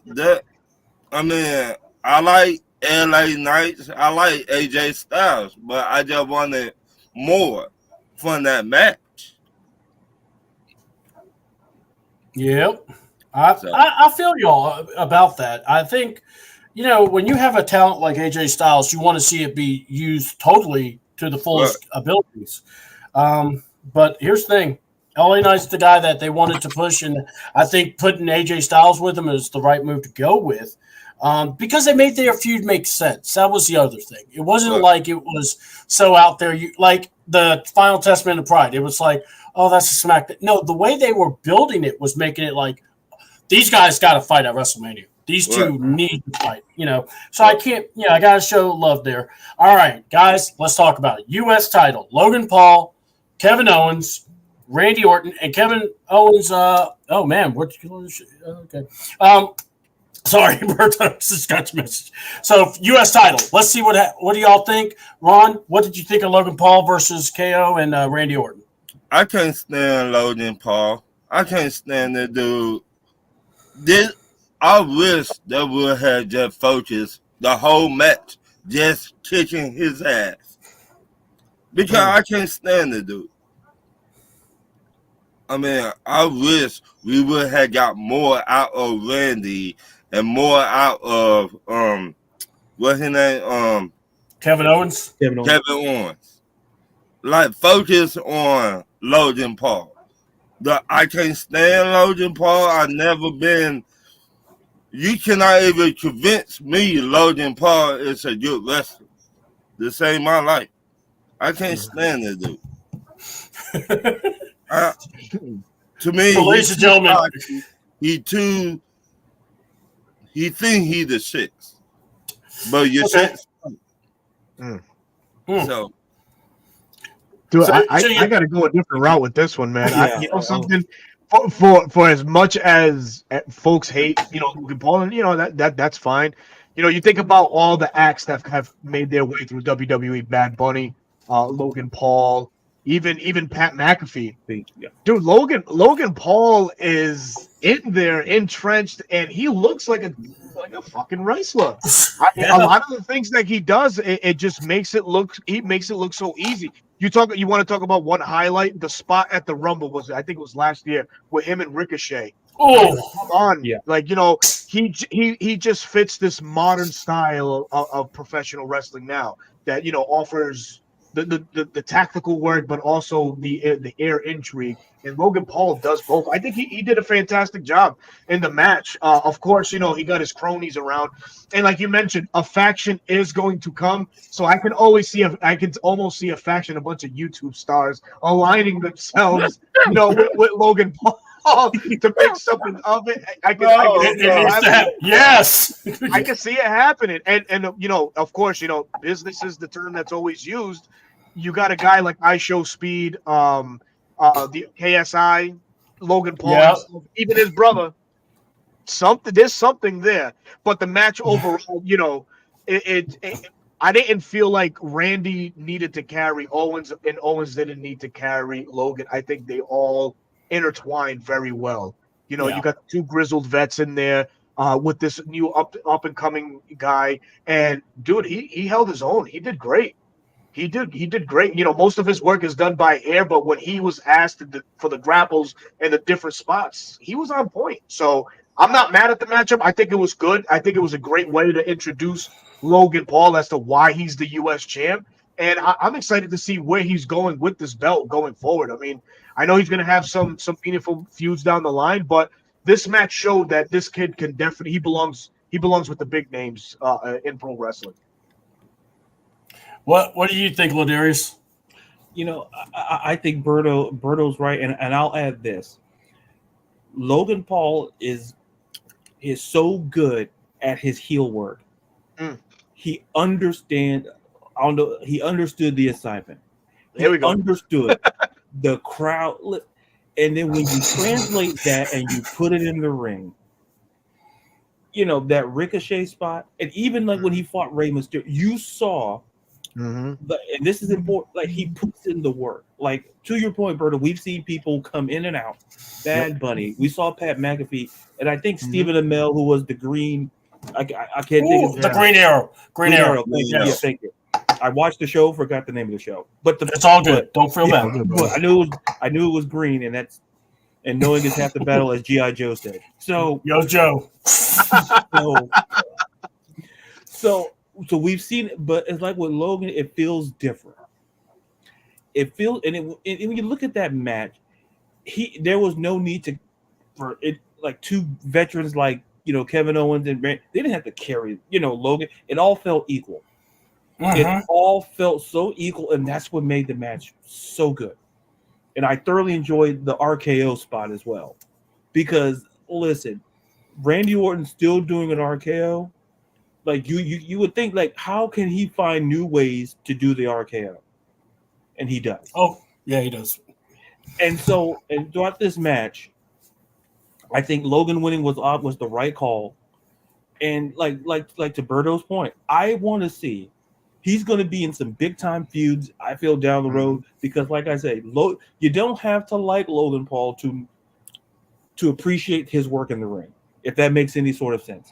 You don't have to like he listen. Is he a tool? Sure. Is he? Do people hate him? Yeah, that's his. Yeah. But we can't deny how good he is in the ring, given who he is, and given the work that he's put in, and at this rate as well. We got to think about it from when he came in to where we are. You can't say like Logan Paul had you can't say he's had a terrible match. They weren't like 5-star, but you never went away saying, "Oh, Logan, that was a terrible." He puts in the work, and he's only going to get better.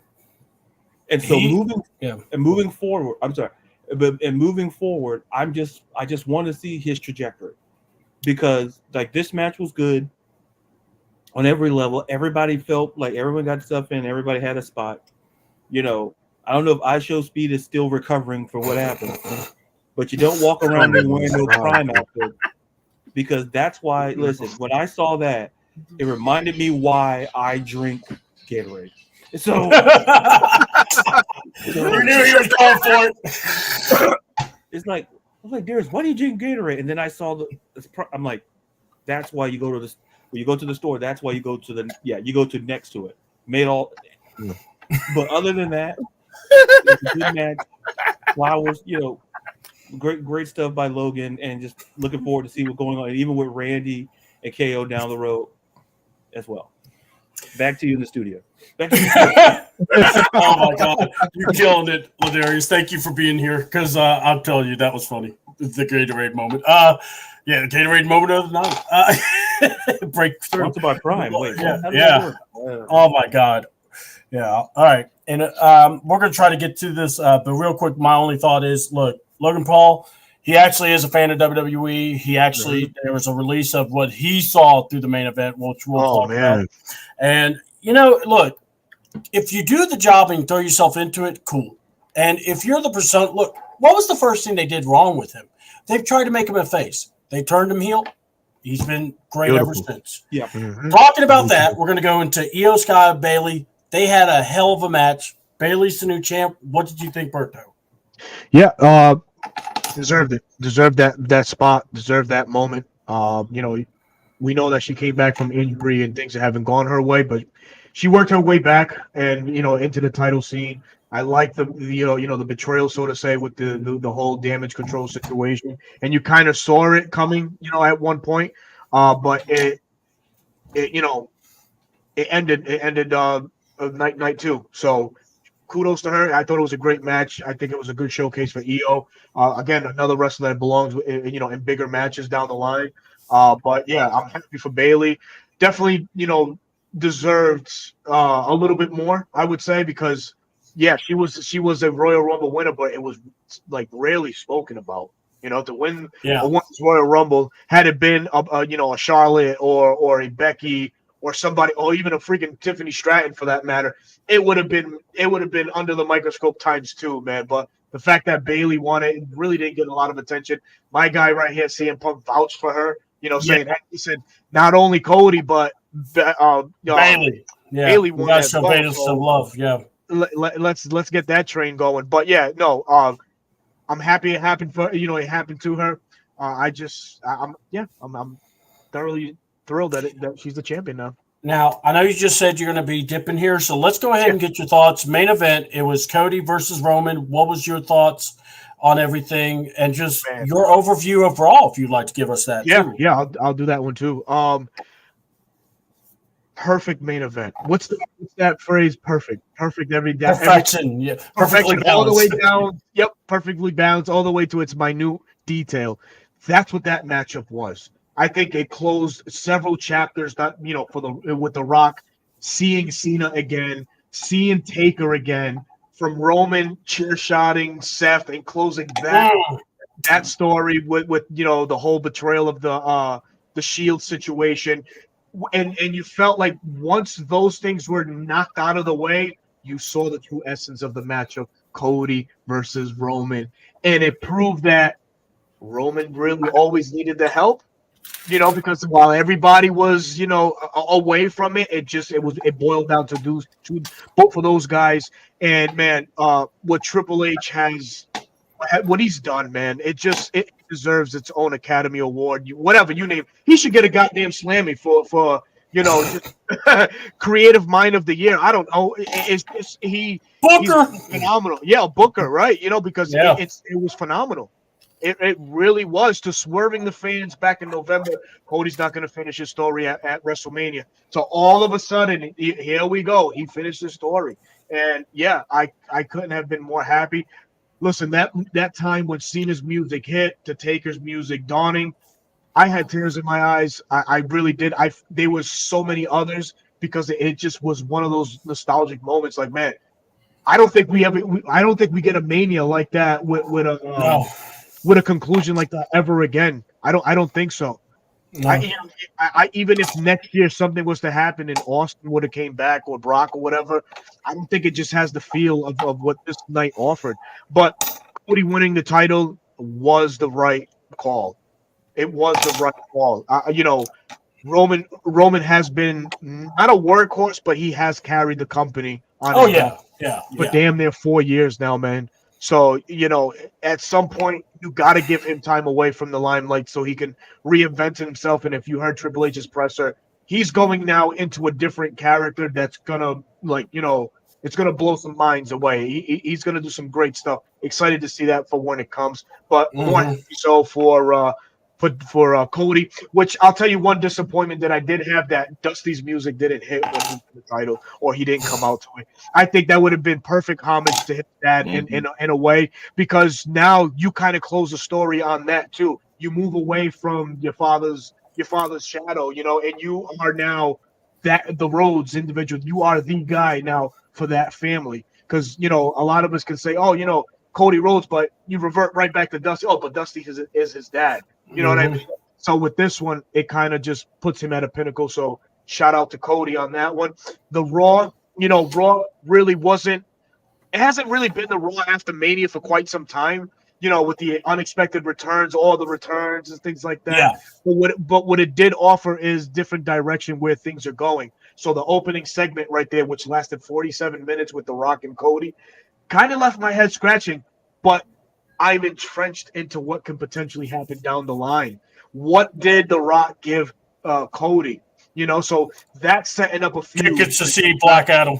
Oh, Jesus Christ. A box office flop, but that's a different story. But no, nonetheless, I like when different wrestlers, come into the limelight. Of course, Jay Cargill was exemplified yesterday. But just everybody kind of just being celebrated. Damian Priest was celebrated to a certain extent. You see now a potential feud with Mommy and Liv Morgan. That's coming. That should be interesting. If I'm not mistaken, Liv Morgan was the last actual woman to pin Rhea Ripley. Yes. Yeah, there's something there. So where does the company go from there with that? Finally seems to be out of the doghouse with the whole, the whole green smoke situation. Glad to see that. But yeah, the night after Raw. Oh my God, Paul Heyman. Paul Heyman doing that. He kept killing me. It was amazing. But the Raw, it was good. Nice to see Jay Uso elevated into that. Yeah. And CM Punk makes his return and costs good old Drew the matchup last night 2 times. And so yeah, that's a barn burner in the making right there. But overall, it was a good Raw. I wasn't expecting anybody. There were so many rumors circulating the internet where Jacob Fatu possibly debuting, which I still expect him to debut. SmackDown. But at some point down the line, same with Tama Tonga, MJF's name was thrown around there. I mean, but I didn't buy into that because I'm all for the showing out, like when Punk returned the night of Survivor Series. Yeah, it's all rumors, and then you hear it like, shit. It really happened. But nonetheless, it was a good Raw. And I'm happy to see that, Triple H is really through the makeup of storyline is taking this company in a better direction than it was before. So my take on that. All right, last question, and then you got to plug your stuff, because if you're on my show, I want you to plug you. But because you been awesome, we're going to have to do another live react, and then we could review. But all right. Is this the best main event, or is this just simply the best WrestleMania? Oh man, that's a great question. Let me run it down the pipeline right quick. It's hard to top. It's hard for me. It's hard to top Austin Bret Hart. It's hard to top Taker and Triple H. So I would technically they didn't main event. But technically, no. But you. No, I got you. Yeah, no, I got you. That was the main event. I would say it's the second best main event in WrestleMania history. Yeah, that's where I would put it. I'm an old school guy, so for me, the best WrestleMania main event was the Iron Man. I mean, not the Iron Man match. The Austin and Bret Hart match at WrestleMania 13. That for me. Oh, okay. Oh, that was that's not a main event, but yeah, I got you. Yep. That's hard, man. But that's a good match. I would say best match, but yeah. Yeah. It was a great main event. Night 2. Perfect way to end what's going on, so to say, with the bloodline and opening up a new chapter, which is now the Cody era. So yeah, it was great to see. But again, C-Dub, I appreciate you. Thank you so very much for having me on. I appreciate the invite, man. I look forward to more collaborations down the line, whether that be Raw reviews or premium live events, which I'm sure myself, you, and Ladarius are going to get back in tune to that. We haven't done one since a 5 a.m. gig some months ago. So and we had to see Ladarius drink water. We may have to bring Ron to wake up and have him do that. Look, Ladarius, it was amazing. But I brought the Coke Zero. I had the coffee. I had a bagel. But come on, I'm preaching the message of quenching one's thirst.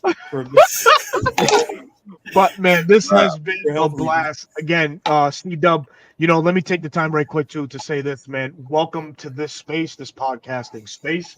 You, my friend, offer a lot of perspective, a lot of great insight, so please continue to turn out as much content as you possibly can.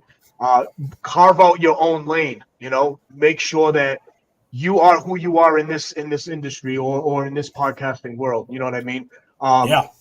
So just be you, be your authentic self. I know that you was telling me behind the scenes that you're nervous. Brother, this was fucking flawless. Yeah, you could have fooled me in telling me that you were a first timer doing this, man.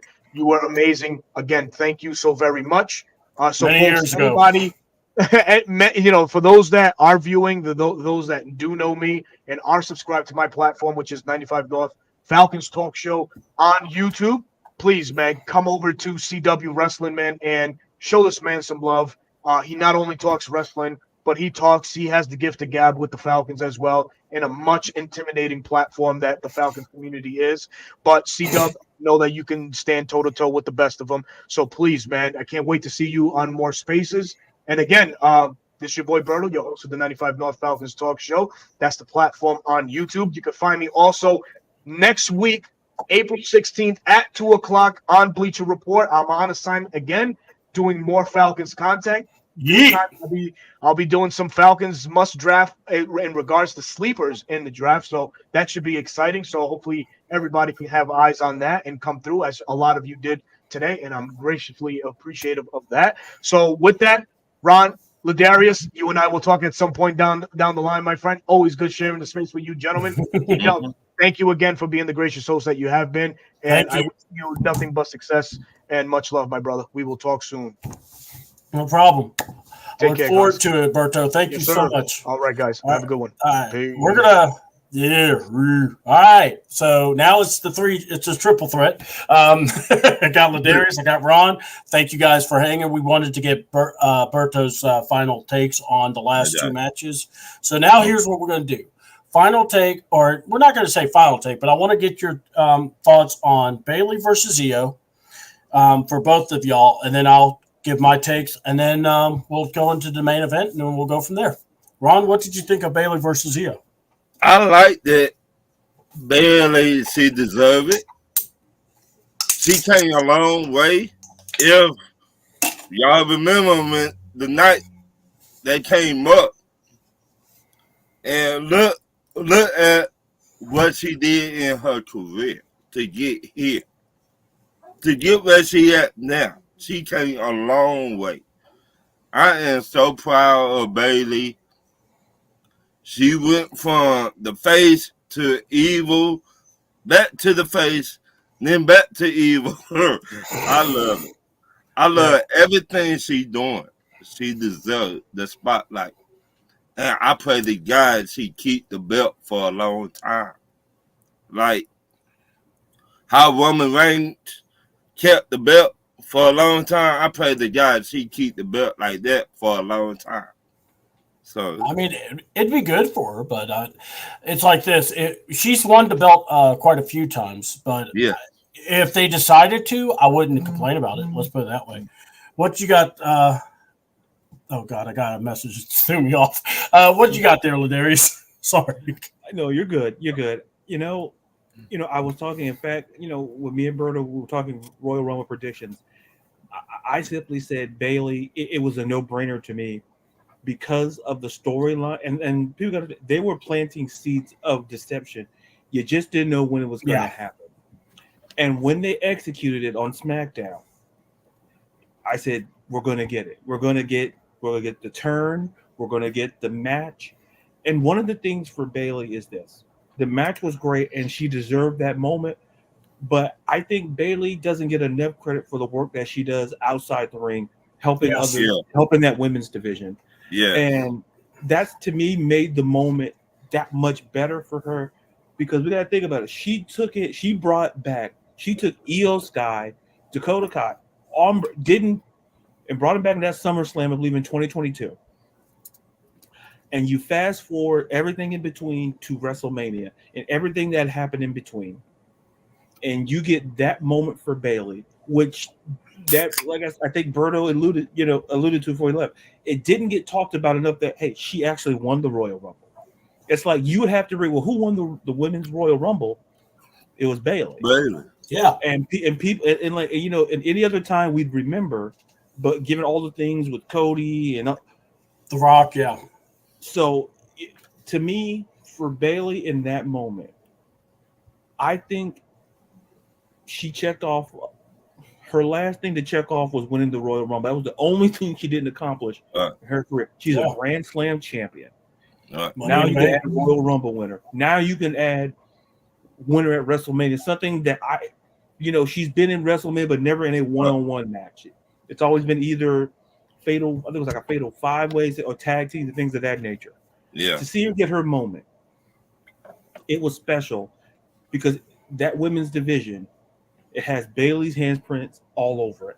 Mm-hmm. Because she's more invested in them and in the future of that division. And like I said, do I want a long? Because listen, I love Bayley. Do I want a long title run? I wouldn't be against it. To your point, Cedar, I wouldn't be against it.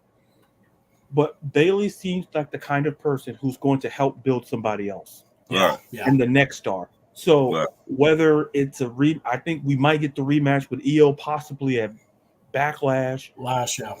We might get, to me, a name that hits my head. I think of Tiffany Stratton. Right. I think that's a future champion. Bayley, to me, it's so much to say, and I'll end it with this. Bayley's impact, not only inside the ring, she's a Hall of Famer. If she retires tomorrow, she's a Hall of Famer.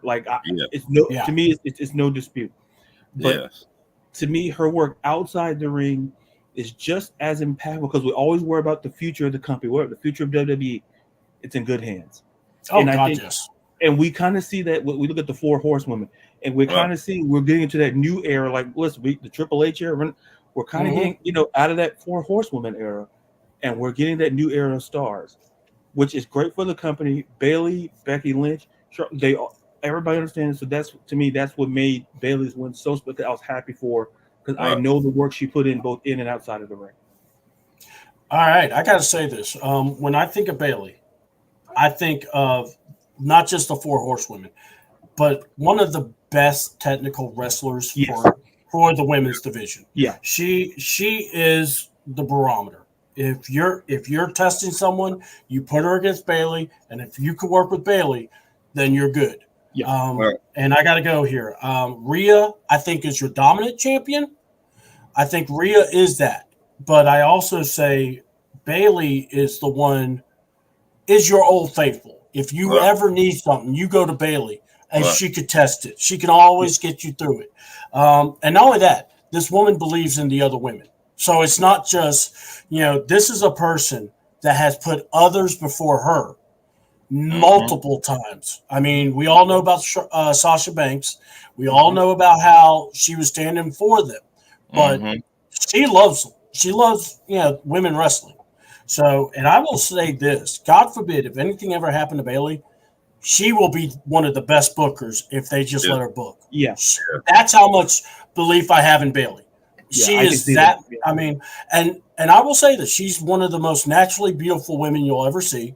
She is, and I'm not even going to go into my, shtick where I do how I feel. But when I look at Bayley, though, I think I see someone that loves this business more than even Dax Hardwood. I see someone that just, because you have those people that go, I love this business. No, you got her going, I love it. It's in me, and you're going to see it through my actions. And she's that way. The only thing I just feel sorry for her is that she's a 49ers fan. Kerry Kittles was never going to see a Super Bowl ring until you do right by us, Kyle. Anyway, I had to get it in there. Every time they were showing Kerry Kittles, I'm going, Till you do right. You know, Ron. You know I was going to go there. Yeah.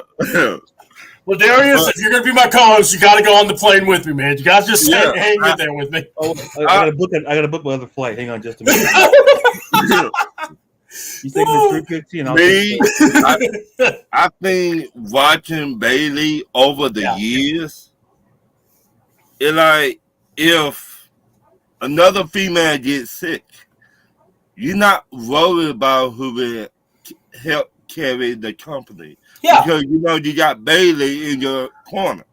It like she helped pull every female up. Somebody help her and she helping everybody, all these females coming up from the small wrestling places. She like, you know what? I need to work with them. Ron, real quick, I want to say this. You're right, because if you think about it, it's like, you know how we were talking about Damian Priest and how we were talking about the other guys. Bailey is your to-go-to when you got someone new, when you got someone that maybe not really catching. You go with Bailey. And if you can work with Bailey, you can work. She'll get it out of you. I know we've been talking about Jade Cargill. I'm telling y'all right now, best thing to do, you can have her in some squash matches, no big deal, or tag matches, but I think also let her have the workouts with Natalya. Let her have some workouts with Bailey. Work with her. And I think Jade will be fine. I really do. I mean, I don't have a worry about Jade. But Bailey, because to me, I see Bailey as one of the better teachers and also a great workhorse. So glad she won. And look, Io Sky is nothing to sneeze at. Yeah. She is phenomenal. That move she did when they did the Rose Plant, she handstand. I was like, okay, that's awesome. That was an amazing moment because I wasn't expecting that. I thought she hit it. I was like, oh man, it's over. I was like, oh shoot, she got out of it. Oh, handstand. Yeah. So man. So I want to ask y'all, do you think they need to break up that damage group? Control? Yeah. Not yet. Not yet. I don't think so. No, I think somewhere. Yeah, maybe. I think there's still stuff to do there because, like I said, I think we alluded to earlier, Asuka and Kyrie saying they're still the tag team. I think there's still something there. Yeah, so you could do more with it. Yeah, because honestly, Bailey does need to go through the whole group eventually. Right. She is similar. Yeah, I think kind of similar to kind of how Bianca Belair with the 4. I think Bailey goes through the gamut, and it's like, and then we get kind of that chef's kiss kind of moment, and we're like, so I think there's still some life in damage control, and to me, that's still a testament to Bailey. That the group is still going, even though she's not in it. If it wasn't for Bailey, you don't have damage control. Exactly. And she made that. Yeah. She pulled other females up. And I love that. And that's why I like that they said that too. They brought everything up about how Bailey wanted people together. Yeah. So that was that. And I do feel bad that she didn't get the WrestleMania hype. I'm glad she was right before the main event. Right. I'm glad she had a moment. And I will say this. She should have gotten more notoriety because, not like Becky and Rhea. I love Becky and Rhea, but I thought that same attention should have been going to Bailey and Io because the story was there. Right. It's not like the story wasn't there. So, but Bailey made it work, and Io is phenomenal. And I don't have a problem seeing them go at it again. Right. I hope they do, actually. Yeah. All right. Main event time, guys. It started with an Avengers theme. I know he said he wanted Dusty's music, but I started laughing to myself because I couldn't just imagine that same setup as Cody's being lifted up and hearing, he's just a common man, working hard every day. I'm going, man, someone would have died. I mean, you had to find Dusty's old music, right. And that track ain't there. I love the whole build up to WrestleMania. Okay. Like, hold on. Let me just say it. So, guys, the question is this: what did you think of the Mania, the build, the match? What? Just this is the word vomit. Let's just enjoy it. This is our time to enjoy what we thought of the main event, which was Cody versus Roman Bloodline Rules. Go, Ron. I wanted The Rock to get his ass whooped a long time ago. Because to me, Ron, tell us how you really feel. They were trying to make The Rock like you that Thanos. dude. Yeah, I was like, what? I wish somebody just would whoop his ass. I kept on telling my wife, I said, I wish somebody just would walk up to her and just slap fire out of him. just slap him one good time. Right. But I love it. I love how they put everything together. And I love how they did Roman Reigns. To me, it felt like Triple H what that old group Triple H had back in the day with Randy Orton. Evolution. It felt like Evolution. Like every time Roman Reigns get into a match, he cannot beat people. People come in and interfere.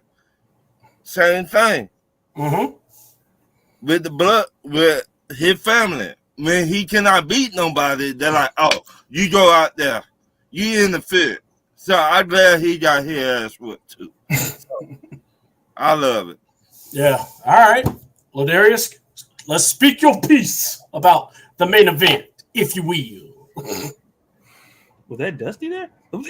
Yes. Yeah. I felt to him like, wait, whoa. We gonna get fucking like a monkey. Sorry. I was waiting for the dance and there we go. That's what the people really came to see. Oh yeah. Dusty was the original New Day member. Give me that shirt. Oh, if Dusty was alive and he would have been able to hang out with New Day, that would have been epic.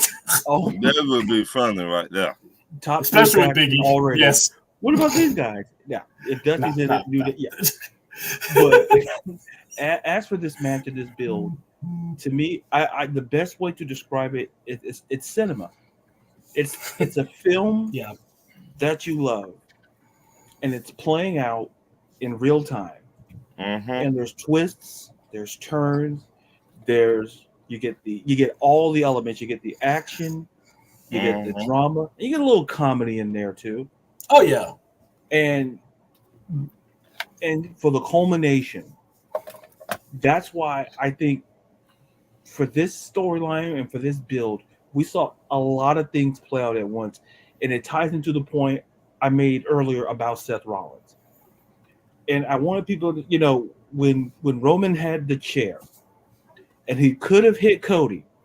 Drop it. He hit Seth, and remember when the Shield. Remember when Seth made the turn. Mm-hmm. And Plan B. And who was the one who hit Roman? Yeah. And Seth and Roman all these years Roman didn't forget it. And it was that moment where he could have kept continuing on beating the bejesus out of Cody. Notice where Seth landed when he got hit. And I was reading this, and it made me go back in my head and replay what happened on the turn. I'm like, it played out. Roman didn't forget that. So Roman had the opportunity to have that storyline with Seth. All of it felt personal. And the best storylines to me, not saying storylines that aren't this way aren't great. No. But storylines that are personal. Storylines that there's legitimate beef.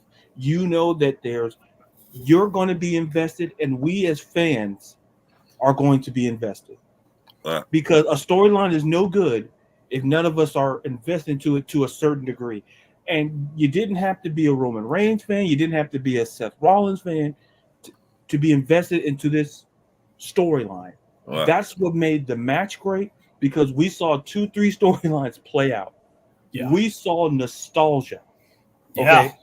If you would have told young me that I would get to see The Rock John Cena, and The Undertaker, all in the same ring, all who've main evented WrestleMania in 2024, in the same ring, within that segment, I wouldn't have believed you. Yeah. That's what makes the storyline great.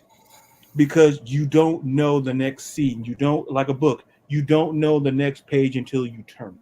Yeah. That to me is what made the match great, and it made this story, it made the Bloodline storyline so great. Because in some cases, I bet you Triple H will admit, and he didn't know where it was going to go. Right. Yeah. That's what made it great. It's kind of like flying by the seat of your pants, but you're getting intrigue. You're getting all these elements. And in that match, getting Cody to finish his story. And then we turn that, now we get the Cody era. Under Triple H era, the Renaissance era, whatever era you want to call it. This WrestleMania could be it's the biggest WrestleMania, obviously, still, but it's the they lived up to that. Yeah. It's the biggest WrestleMania that I think, not saying any other WrestleMania is going to be terrible after this. Yeah. But WrestleMania 40 is significant in a lot of ways. And this right there, you show people this main event at 10 years from now, 5-10 years from now, and it's still going to hit just as hard as it does now. Because that's how a good movie is. That's how a good book is. No matter how many times you've seen it, no matter how many times you've read it, you know it's going to be good. That to me made everything so great. So that's the studio. Man, yeah. Back to the studio. I love you, Ladarius. You're awesome. All right. So another thing that, by the way, Wrestling Talk 101. Ron, you've been in this group with me. I know a few more guys, but this has been one of the funnest groups I've enjoyed. We got to be a part in WrestleMania and the Hall of Fame. We were commenting a lot and doing our stuff. So one of the people, the visionary, he decided to drop Cody Rhodes breaks all-time WrestleMania merch sales record with over 1 million in merch sales. So that's just been dropped. And I got to go here. The cast usually plays the biggest part in these matches.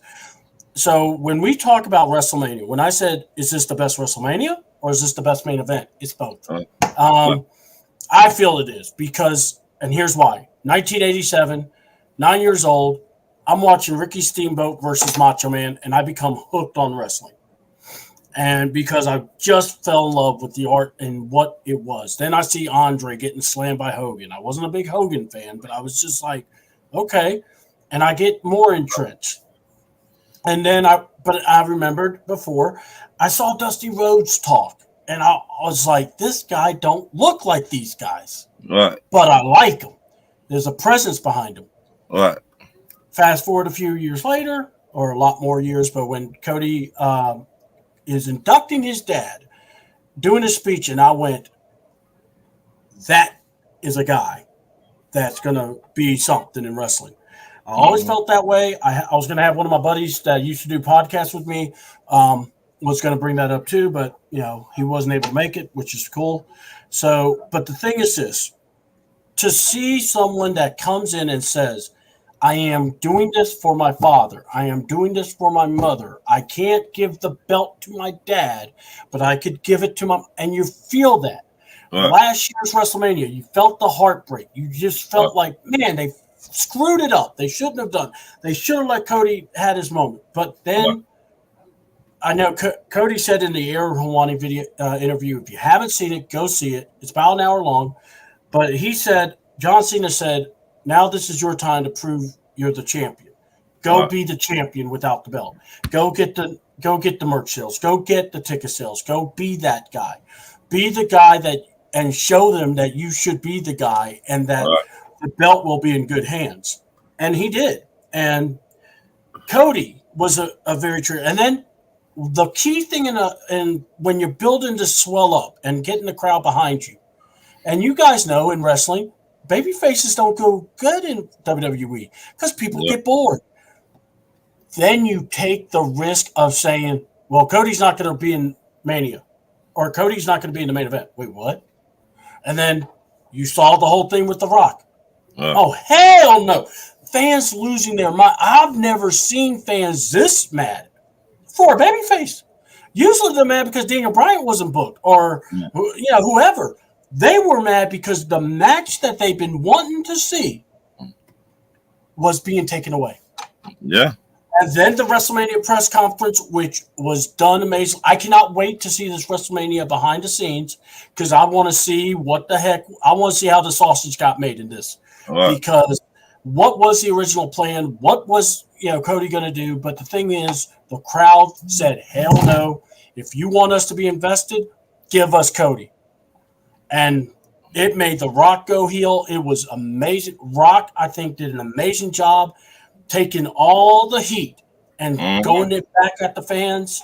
Roman doing what Roman does was aggravating people. And that's even like people like us, we were like, man, it'd be nice if Roman could actually be the boss and actually beat up people. But Roman was like, why do I got to do it? Don't need to get my hands dirty. I'm right here, celebrating Jackson.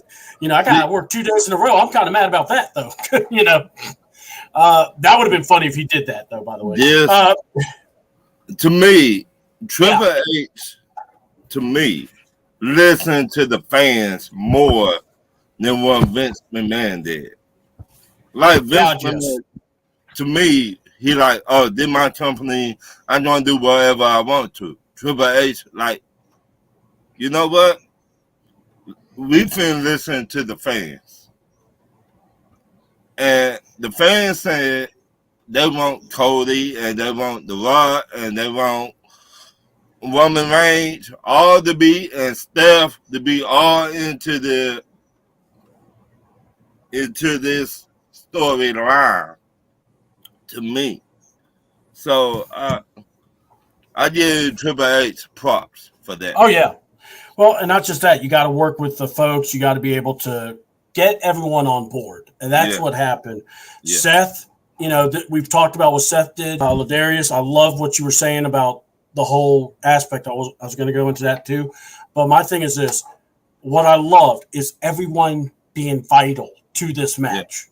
Yeah. Paul Heyman is vital to this match. Yeah. You look at everyone that was involved was vital, and that moment when Cody's coming up, it felt like the Avengers. That's why I was not mad that Dusty's music, because like I said, there's no way to make it kind of badass and also feel like you're going to war when you have a cowbell going on. But what I really like is that when he came up, Brandy was there. And sometimes, you know how it is, guys. You're a woman being right there. Mm-hmm. In the times you feel you can't do it, gives you that just, it hits you. And as a fan, I was like so tied to it because I was going, I saw Dusty wrestle. I've seen Cody wrestle. Cody's got to do it. This is it. And then once they said, you're never going to get another title shot, so there was no going back around. And that's what I loved about it. You put so much stakes. You made that WrestleMania moment where they lose the tag match. Cody is in the same spot, the same camera shot with Rock and Roman, holding their belts at the same time. You did that spot for a reason. Well, one, to have a DVD disc of, didn't finish the story, and then two, he did. But, that was the moments. And then he comes down to his music, and it hit differently the whole time because Cody became his dad. Where if you've never seen a Dusty Rhodes match where he goes for a title, let me make this very clear. He gets his butt kicked. He gets beaten like you wouldn't believe, but he keeps kicking out. He keeps fighting. You ain't going to break this man down. Roman is dominating. Roman even does the crossroads and goes, that move sucks. No, you never beat anybody with that move. What? Foreshadowing. And, all these moments. And then Jimmy comes in, super kicks him, and then Jay comes out, does the spear, was freaking phenomenal. Yeah. And like I said, that was vital because, and like I said, maybe their match didn't bring up that so much, hostility and anger, but man, that moment was just amazing. I got to risk it all. When I say this was Cody Avengers Assemble, that's what this was. and I loved it because sometimes that's what you need. If we're going to be a little bit ridiculous, let's be ridiculous. But Paul said it best: let's be ridiculous, but let's make sure it's connected somehow. Right. Well, how's it connected? Well, you got Solo, who's trying to beat the crap out of, and by the way, one of the best parts, he's yelling at Roman, and you hear Roman go, "I know, you're not telling me anything different." And he does the spear and the spike combo, and 1, 2, and he kicks out, and it's like they're both going. Solo's just like, this motherfucker. And then he's going to set something up, and you hear the trumpets, you hear John Cena. And I love that because John Cena and Solo had a match where damn near Solo tried to murder him with the thumb. But it made sense. It made sense to have Cena attack Solo. And he FU'd Roman, which, by the way, it's called FU. It's not the AA, but we'll just leave it what it is. My question to y'all, where do Paul Heyman go from here? Because Roman Reigns no got the belt no more. So do Paul Heyman say, you know what? Brock Lesnar coming back. I think y'all over here with Brock Lesnar because Roman Reigns, you don't got the belt no more. And they fight again, but they put Cody in the middle of it? Or the Paul Heyman said, I'm going to step by Roman Reigns' side again. Then when he get the chance, I'm going to turn on him like he did everybody else. Paul Heyman. Yeah, go ahead. Oh, no, go ahead. Well, I was going to say, Paul Heyman, I'm going to say this. He'll do whatever Paul Heyman wants to do. What I prefer, I would like him to work with Braun Breaker. Ooh. Because we don't know if Brock's coming back. Yeah. And let's be honest, a man with such wisdom and knows the business, put him with a guy like Braun Breaker. Why not? He knows the family. This is a guy you can put your trust with. And then you could have him turn on Braun to go with Roman again, or vice versa. He makes it look like he's going to worship the tribal chief, but then go, you failed. Here's the guy that's taking your spot. Again, it's whatever they want to do. But I like I said, it's one of those. I think we give time because they gave us 4 years of great, a cinematic. Work. Yeah. Between Paul Heyman and Roman, they without one or the other, you don't get the tribal chief the way we got it. Right. So that's why I would give it a little time, see what happens, and then it would be cool if you did Braun Breaker or maybe a second generation of the bloodline, but with the new guys that's supposed to be coming by. What were you going to say, Ladarius? No, I think you kind of hit on the point I was going to say, because I recall Paul Heyman, I don't know if it was his Hall of Fame speech or someone on, he mentioned Braun Breaker. Yeah. And he made sure to mention him specifically. And that led me to believe that could be the route, but I don't think nothing has to be immediate now because look, to your point, Tita, we got 4 years of just pure cinematic magic that we will look back on and go, man, that was one of the best things. No matter what, it doesn't have to be. You don't have to be a WWE fan. You don't have to be an AEW fan, an Impact fan, New Japan Wrestling fan, TNA. It was just great for wrestling, and to get that something that we may never see again in our lifetime. Think it'll get close, but it'll never reach that pinnacle. So I think we'll see Paul Heyman. Like you say, Paul's going to do what Paul's going to want to do. But I think Paul may be working in the back. I wouldn't be shocked if at some point we see a Braun Breaker somehow connected to Paul Heyman, and like I said, he maybe not in a managerial form, but we're going to see it, and you're going to, especially with Paul Heyman's backstage, one of the best minds, period. Yeah. In wrestling, if you do a top 5, I could argue top 3. Yeah, no, I'm with you. We give it give him time off, give him a break, and and recharge the batteries, and we're going to get something special. I honestly would wait and see what you could do when he gets into our what you call it, when you do the draft. You could do something then. But let me get back. So one of the most key moments that no one talks about was the Shield. When you heard that music, Shield, Hotel, when you started hearing all that, Rock stops where he's at. And we're thinking it's coming front because the camera people literally did that. And then Seth is on the other side with the chair, but in the Shield look. In the Shield look. When you have somebody that, hold on, we're going to try to see if we can, no, I'm not going to ban you. All right, I was going to try to see if, try to start your camera again there, Holodarius, if you can. Because your face is stuck. There we go. We'll get him back.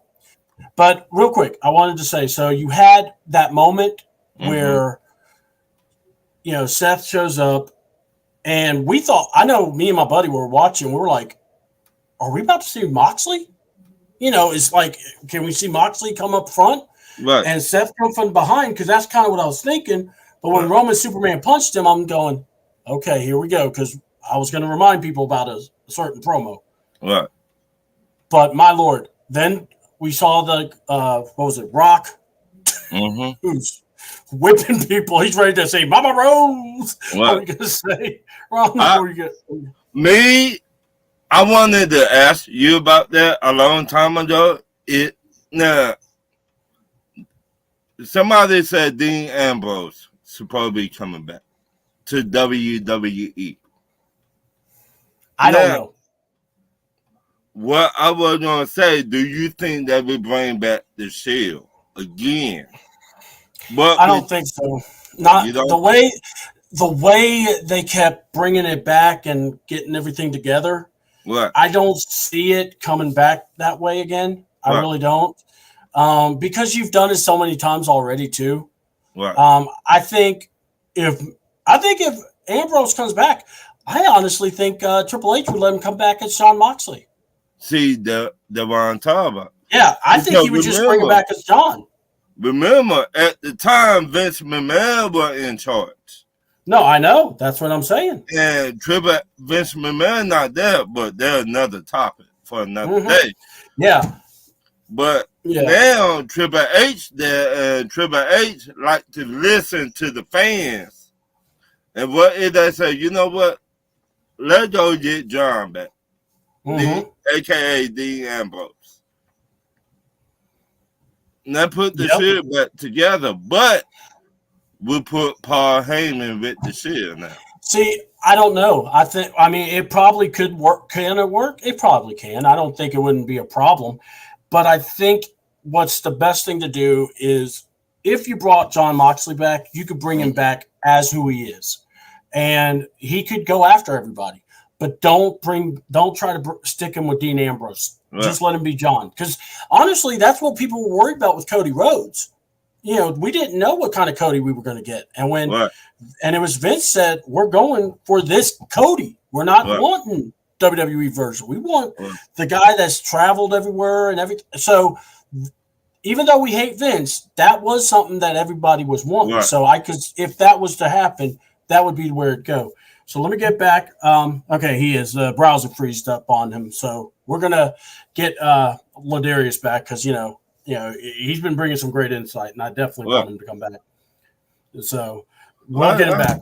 I said, because a rumor been around, like his contract, Dean Ambrose or John contract was running out at AEW. Now, the only thing is, remember, his wife works there too.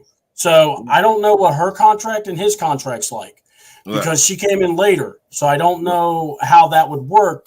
I would love for Renee to be back because she was really good in WWE. But like I said, I'm going to shift this back hard way back to WrestleMania. But no, I'm with you. But no, when I saw it, I did think, I was like, man, are we going to get Mox back? I thought so. I did too. But I will go here.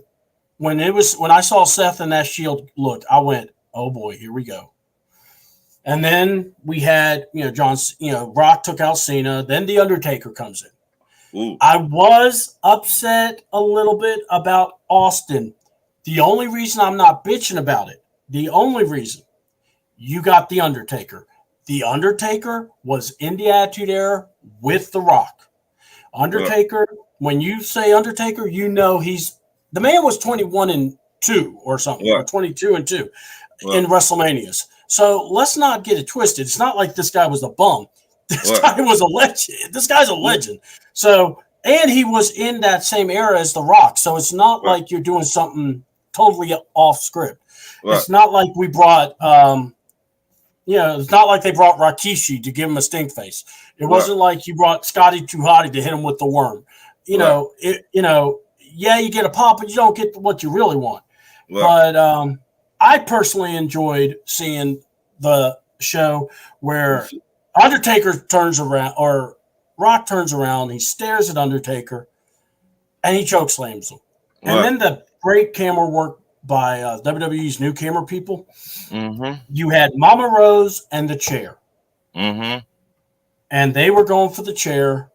Roman gets it, and he has to make a decision. He could take out Cody.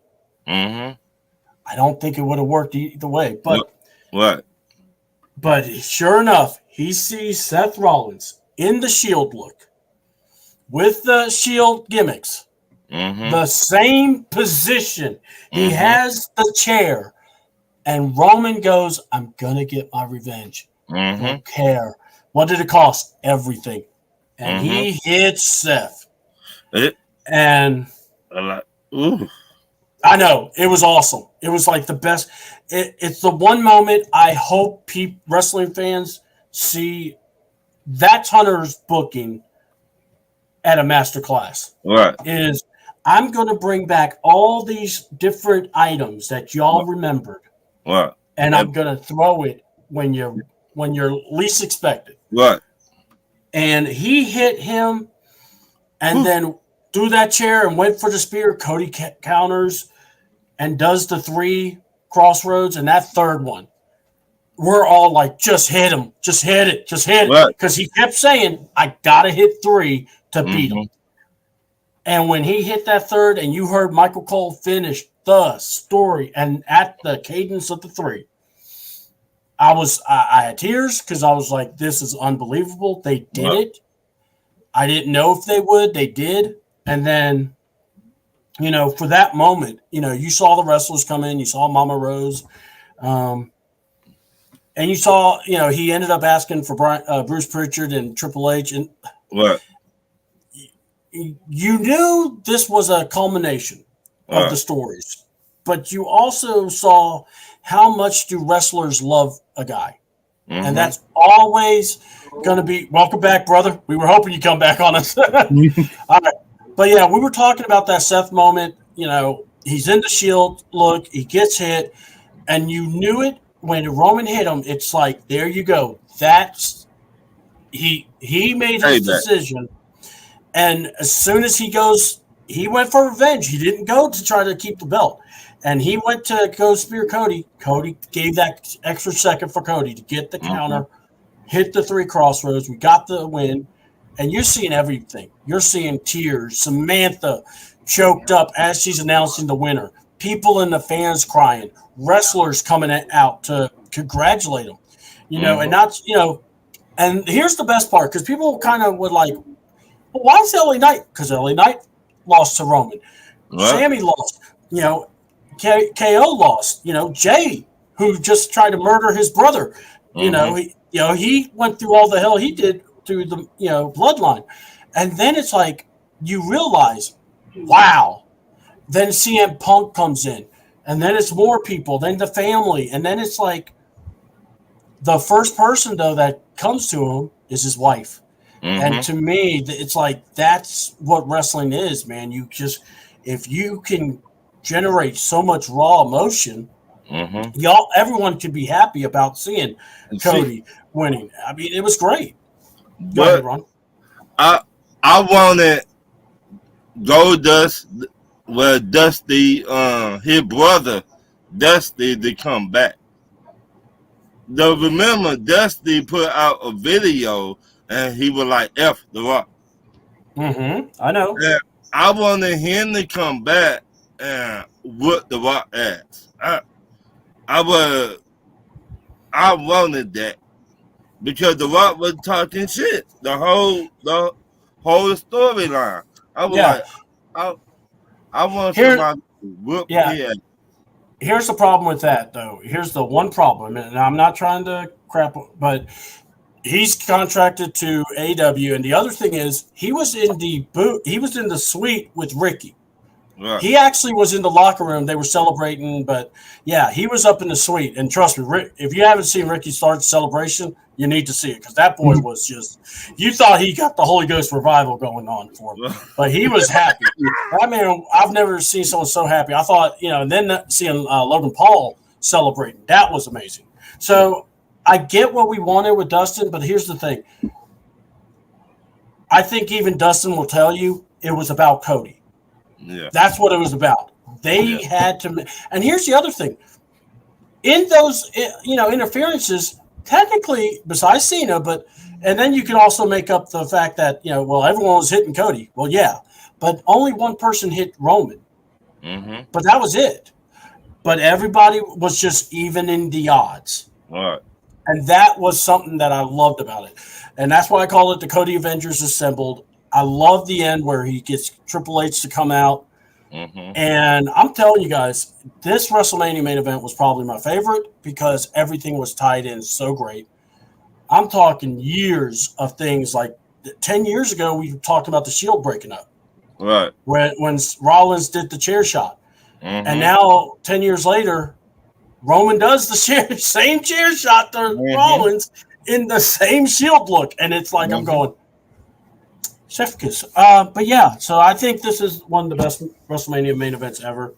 I think overall best WrestleMania. It could be up there because if anything, it makes you go, this is what makes me happy about wrestling.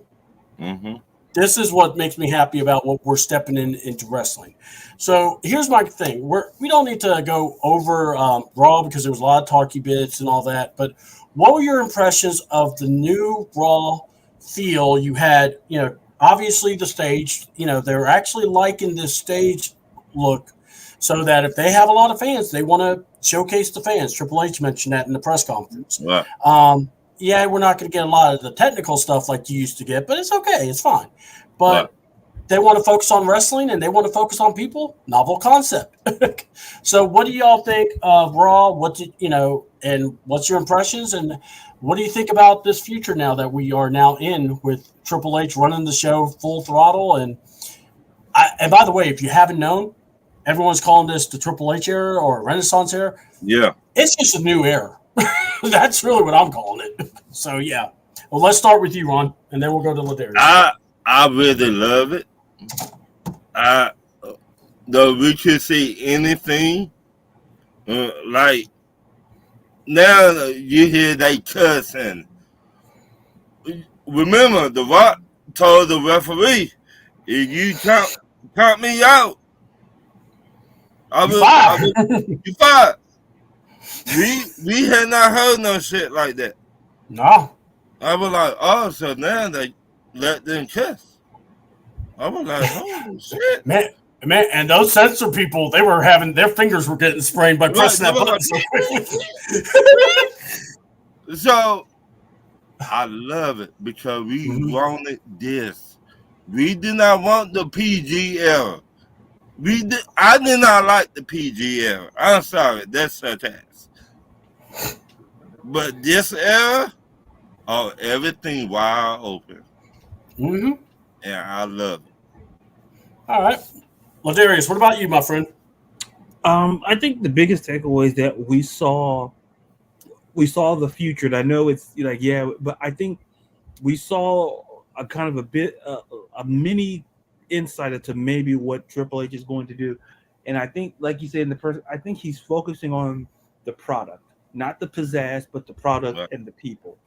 Yeah. And just like it was great to see like Ilya Dragunov and Shinsuke Nakamura. Yeah. Mm-hmm. My guy was walking with a perfect. Yes, he was. I was like, I turned around. I'm like, he's already in the ring. And I'm like, okay. And then we saw like Roxanne Perez and then you kind of saw with the Liv Morgan and Rhea Ripley, and to me that What? I want to talk about that moment because of the way of the transition. Like, this is the stuff you're going to get with Triple H that we never saw. Like, people say, "Oh, the thing is that we're getting the whole we're getting that feel, and how as soon as Liv was doing what she did to Rhea, and it went right back to the crowd. Yeah, we went right back to the action, and we went back, and it was kind of in a flow. It felt to those who like people. It was different, but like to the point. Sometimes different is good, and like you said, Tito, like we can call it the Renaissance era, we can call it the Triple H era, we can call it the dawn of a new. We can call it whatever we want. But if even like the Raw for a minute maybe wasn't as big as what people thought it was going to be, but it gave an insight of what we're going to see with the set design that he talked about at the press conference, and that struck to me because it's like now we're focusing on the product. We're not talking about the pyro. No, we're focusing on the product. We're focusing on the wrestler. We're storytelling. And that's what makes it. And I think that's the curiosity going forward. So my big takeaway is that we got some of that insight, even on the Raw for Mania, kind of where they're going to go. And it's going to be a great. I'm looking forward to seeing the SmackDown after Mania as well. Yeah. I love that you said that because my thing is this is a taste. I think Raw, you had The Rock, you had Cody, you had that little interaction bit. What did he give Cody? Little things like that. We're not going to need to know now. We can wait. It can wait. It like they can ask, but Cody's going to dodge it away because he could do that. But the best thing that's going to happen is it's what Paul Heyman. This is where I feel Paul Heyman. What we were talking about, like Ron, you brought up, but Paul Heyman may be working more in the back than you think. Because right now, who was the first people we got to see? Ilya Dragunov. So when you see Ilya, one of the best pro wrestlers, and I'm telling you, he may be 100 miles per hour, but guess what? He'll bring it back some. But I'm telling you, he has gotten so good. I've watched him in NXT. I've enjoyed his stuff, especially in his suit, talking. He will be very well in Monday Night Raw. But when he came out hearing the music, you're just like, oh, we're doing this. Because to me, this is a sample of what to expect. Shinsuke Nakamura was the guy that wrestled him. Two great strikers. People that, like Shinsuke, but okay, he can work with Dragunov.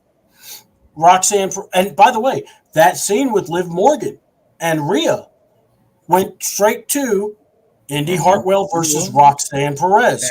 And Perez didn't let back. She don't care about cheating. She's going to do whatever she can to win. And, you saw the tag match. Yeah, a little comedy. I have no problem with it. It made me feel like I was watching a pro wrestling show that mattered. Like, okay, we're not worried about the, pyros. Look, pyros are for pay-per-views. If you want to do something amazing and get the crowd growing crazy, we'll do it in the pay-per-views. But this is the regular show. Let's just do what we do. We'll make it sound off. People will still appreciate Cody's gimmick as well as Drew's. But I think what we're going to see is maybe more guys getting pushed that we're not ready for, but yet or not ready for, but basically who they want to push. Start with that groundwork because you do have to. It may cost some viewers, but at least Paul Heyman's thought was, let me get a few guys that I know, young guys, work with the vets, and let's push them up because when the vets retire, those young guys are now the new catalysts. So that's what I took away from Raw. I loved it. I loved the main event. I thought the four-way was great. I enjoyed Bronson Reed. I thought Bronson Reed or Ricochet were going to win because of the way they were pushing them. And then you had Jay and Drew, which I was cool with Drew if he would have won. But I was telling one of my buddies, I said, I just feel like CM Punk's going to cost him. And he's like, yeah. He says, it's just too easy for Drew right now. And sure enough, Punk, and what I loved about it, Punk's doing twice now. I've cost you twice. And I'm going, thank you. I mean, and by the way, if anyone's got a problem with CM Punk in WWE, you need to check yourself because honestly, he is actually a very welcome sight to the wrestling because of if watch the Ariel Helwani show. They don't pay me to say it. It's the MMA Hour. Watch it because he gives such insight from a booker mentality. And when you're thinking of a booker, you're thinking money, but also working with the young guys. You're not trying to hide them because they're going to be the future. And if you don't bring them up, who's going to? So Punk understood this. And, AEW's loss is their loss, and I can't believe they're going to try to do crap to try to get ratings. But when you're desperate, you're desperate. But, we ain't talking about them. But before we go, guys, I want to get your final thoughts on WrestleMania weekend and, what to expect. And also plug your shit. Especially you, Ron, because me and you guys show later on tonight too. So, let's do that. So we'll start with Ron, then Ladarius. I love the whole weekend, the whole WrestleMania weekend. I love everything. I love Alberto were out there, and Dennis were out there, and they were like, it was motherfucking cold out there. Dennis said, fuck this shit. Dennis was like, he said, I would have went back for the second day. He said, but my feet were hurting. I understand. Dude, when I went to WrestleMania, we did WrestleMania. We went to the Access, and we went to Raw. And just those times, and that was WrestleMania 27, so that was before the 2-night thing. I was hurting like a mug, but I fought so I could get through those things. But Dennis, superstar, man. I love everything about WrestleMania. If SmackDown gonna be off the train, I feel it. Somebody gonna come out of nowhere and do something to get everybody out of their seats or come back. It always after WrestleMania, it always be somebody coming back on Raw and SmackDown. So always a return or always a debut. Always. Yeah. I love it. So shout out. I'll be on Talk Your Ears with C Dub, Dennis Holmes. It called Talk Your Ears. Come on 8 o'clock. We talk about everything. And we have fun. We talk about sports and we get down to the nitty gritty. It's not like what you see on TV. It's raw. It's raw. So it come on 8 o'clock on Facebook, YouTube, Instagram, Twitter. We be everywhere. So yeah. All right, Ladarius. And by the way, Ladarius, if I'm doing more of these reviews, just so you know, I'm calling your butt over here. So you're going to be a regular mainstay in the wrestling reviews with me if you like. I'll just be paid in jugs of water. That'd be fine. Yes, sir. And I am prepared to get you those waters. I mean, if I don't see any water on the rider, I'm like, I can't do it. This. Let me give 2 shout outs right quick. I'm gonna give a shout out to Pops and the Henry brothers. Yes. I'm gonna give another shout out to the eye test. So we talked about Falcons on eye test and 50-50 on Pops and the Henry brothers. Yes. So. All right. Go, Ladarius. Just simply put, when it comes to WrestleMania, it's going to be at a WrestleMania we're not going to soon forget. I think a lot of takeaways. We saw the direction. We saw a new era, and it's important. It's important because we see the change, and most importantly, there's an embrace of the change.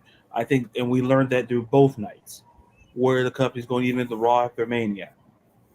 So I'm just looking forward to seeing more of what Triple H is doing. We had a snippet, we had like a little sample of what we saw on Raw, and I'm looking more towards SmackDown to see what's going to happen there, and even NXT tonight to kind of see how they're going to, because we kind of saw where they're going to go directionally. Yeah, in that regard. But in terms of my stuff, you got follow me on the socials at @Ladarius_Brown, both on Twitter and TikTok. It's Ladarius __ on Instagram. It's a long story. I guess there's another underscore on Instagram. I've been trying for at least 2 years. I guess someone beat me to the punch, but my Sports of the World podcast is coming back likely this month. I'll be covering WrestleMania, and amongst other sports topics as well. I write for Beyond Women's Sports. I write for other contents as well. So, and I just want to say this, C-Dub, great show. I'm glad you had me on. One of the best people to talk to about wrestling, and kind of like to echo what Berto said earlier, just keep it going, my man. You did great, and I look forward to more appearances on there. All right, thank you all so much. All right, so let's talk about it. You guys said it. I'm going to say it again. WrestleMania. I think this WrestleMania is the best, and I also will say this WrestleMania is the bedrock. This WrestleMania is going to be that foundation that you can always go back to see, well, how does Hunter want wrestling to be going forward? Right. I think this is your template plate. I think WrestleMania 39, even though some old creep was there, you saw Hunter's fingerprints. Right. This one, you saw the whole damn hand. You saw everyone being attached to him and making this the best WrestleMania. And I say it like that because The Rock made sure of it too. Because, we've seen Rock come back from a WrestleMania. Mm-hmm. Let's be honest. This man was so engaged in this one. It's just night and day. I want to say my thoughts on wrestling. It's great to be a professional wrestling fan again, especially with WWE. WWE, so long, they were always saying sports entertainment. They banned that word now because they're like, it's about professional wrestling. Right. So that means the world to us fans. And I'm going to say, man, expect the unexpected. We got this. If you hadn't heard, Bloodsport, they had Shayna Baszler versus Marsha Slamovich. Oh, man. And I'm going to tell you, that was not a small match. They went at it. And Baszler just busted her, but oh my God, it was a great match. And I hope we see more TNA iterations. I hope we see maybe New Japan can break away from AEW and call WWE a couple of times. You got guys that could go over there. But I got to say, you got to love what's going on, but also we're going to start doing these. We're going to do some reviews. I'll get with Ladarius, probably try to get with Berto, and I'll try to get with Ron, and see how we can break it down and what's a good way to go about this. We won't go 3 hours long, but tonight was special because it's WrestleMania and it's a new time. But I want to thank everybody. Bars and Tattoos, I want to thank Wrestling 101 Group. I want to thank Atlanta Bird Gang. I want to thank the Eye Test. I want to thank the Dixon Way. I want to thank everybody that has allowed me to be on y'all's shows and your content to talk wrestling or talk Falcons or even talk Hawks, and help me build up my confidence and come back again. I actually wanted to get away from wrestling. I wanted to stop talking about everything. The pandemic hit. It just hit me to a super depression. And then, I'm watching wrestling. Cody's coming back, and I'm just going, I'm getting that itch again. And then, I couldn't find nobody who I could count on. And then I meet Berto through watching the Falcons, and I meet Ron, and then I meet Ladarius. And Ladarius, I got to go here, man. I mean, no one pimps water like you, my man. I mean, the water boy is going to be calling you in a bit. My God, my man. But I got to say, it's been fun. I love it. I'm going to do it as much as I can. Review shows. I'm going to probably talk to Berto if we do more live reacts. I'm down with that. Me and Ladarius, if we're good to review it, I think we should. And then, we'll do a couple of Raw shows here or there and a couple of SmackDown shows. But, and if you guys really want to talk AEW and put me through hell, I guess we could do it. I mean, unless I could play some of Jim Cornette's stuff, and then we could just make fun of that too, because I'm an equal opportunist. Let's just put it that way. I think AEW not the same no more. So no, all right. Before I sign off, AEW lost what they were when they lost what was it, when they lost Cody, because Yeah. Cody brought that center, he brought that base, Right. and once you lose that base and that foundation, it crumbles. Right. So that's my thought. I mean, and then when CM Punk, he was about making money. Right. He was willing to work with the Bucks, but Right. it was the To friendship thing. me, I was around with WCW, and to me, they had that WCW feel at first, like AEW. They had that WCW feel. Yeah. But now it's like everybody gone. Cody Rhodes said, "You know what? Y'all don't want to do me right over here. Okay, I could go back home where my family began." No, you're right, Ron. But like I said, I just want to say, and on a positive note, thank you all so much for being a part of the CW WrestleMania review. Ron and Ladarius, thank you so much. I am going to be reaching out to y'all again. I promise. We're going to do this again. I can't wait. So, guys, thank you all so much. If you liked WrestleMania, if you liked the Raw review, if you liked what you saw, like the CW channel on YouTube, go to the CW Twitter account. That's at CW at AWTN. And also find us on Facebook. I'm under Chris Clavel, or you could go under CW. And, the links are always here, but I promise we're going to have fun one way or another. So that's been wrestling. I'm CW. I'm out.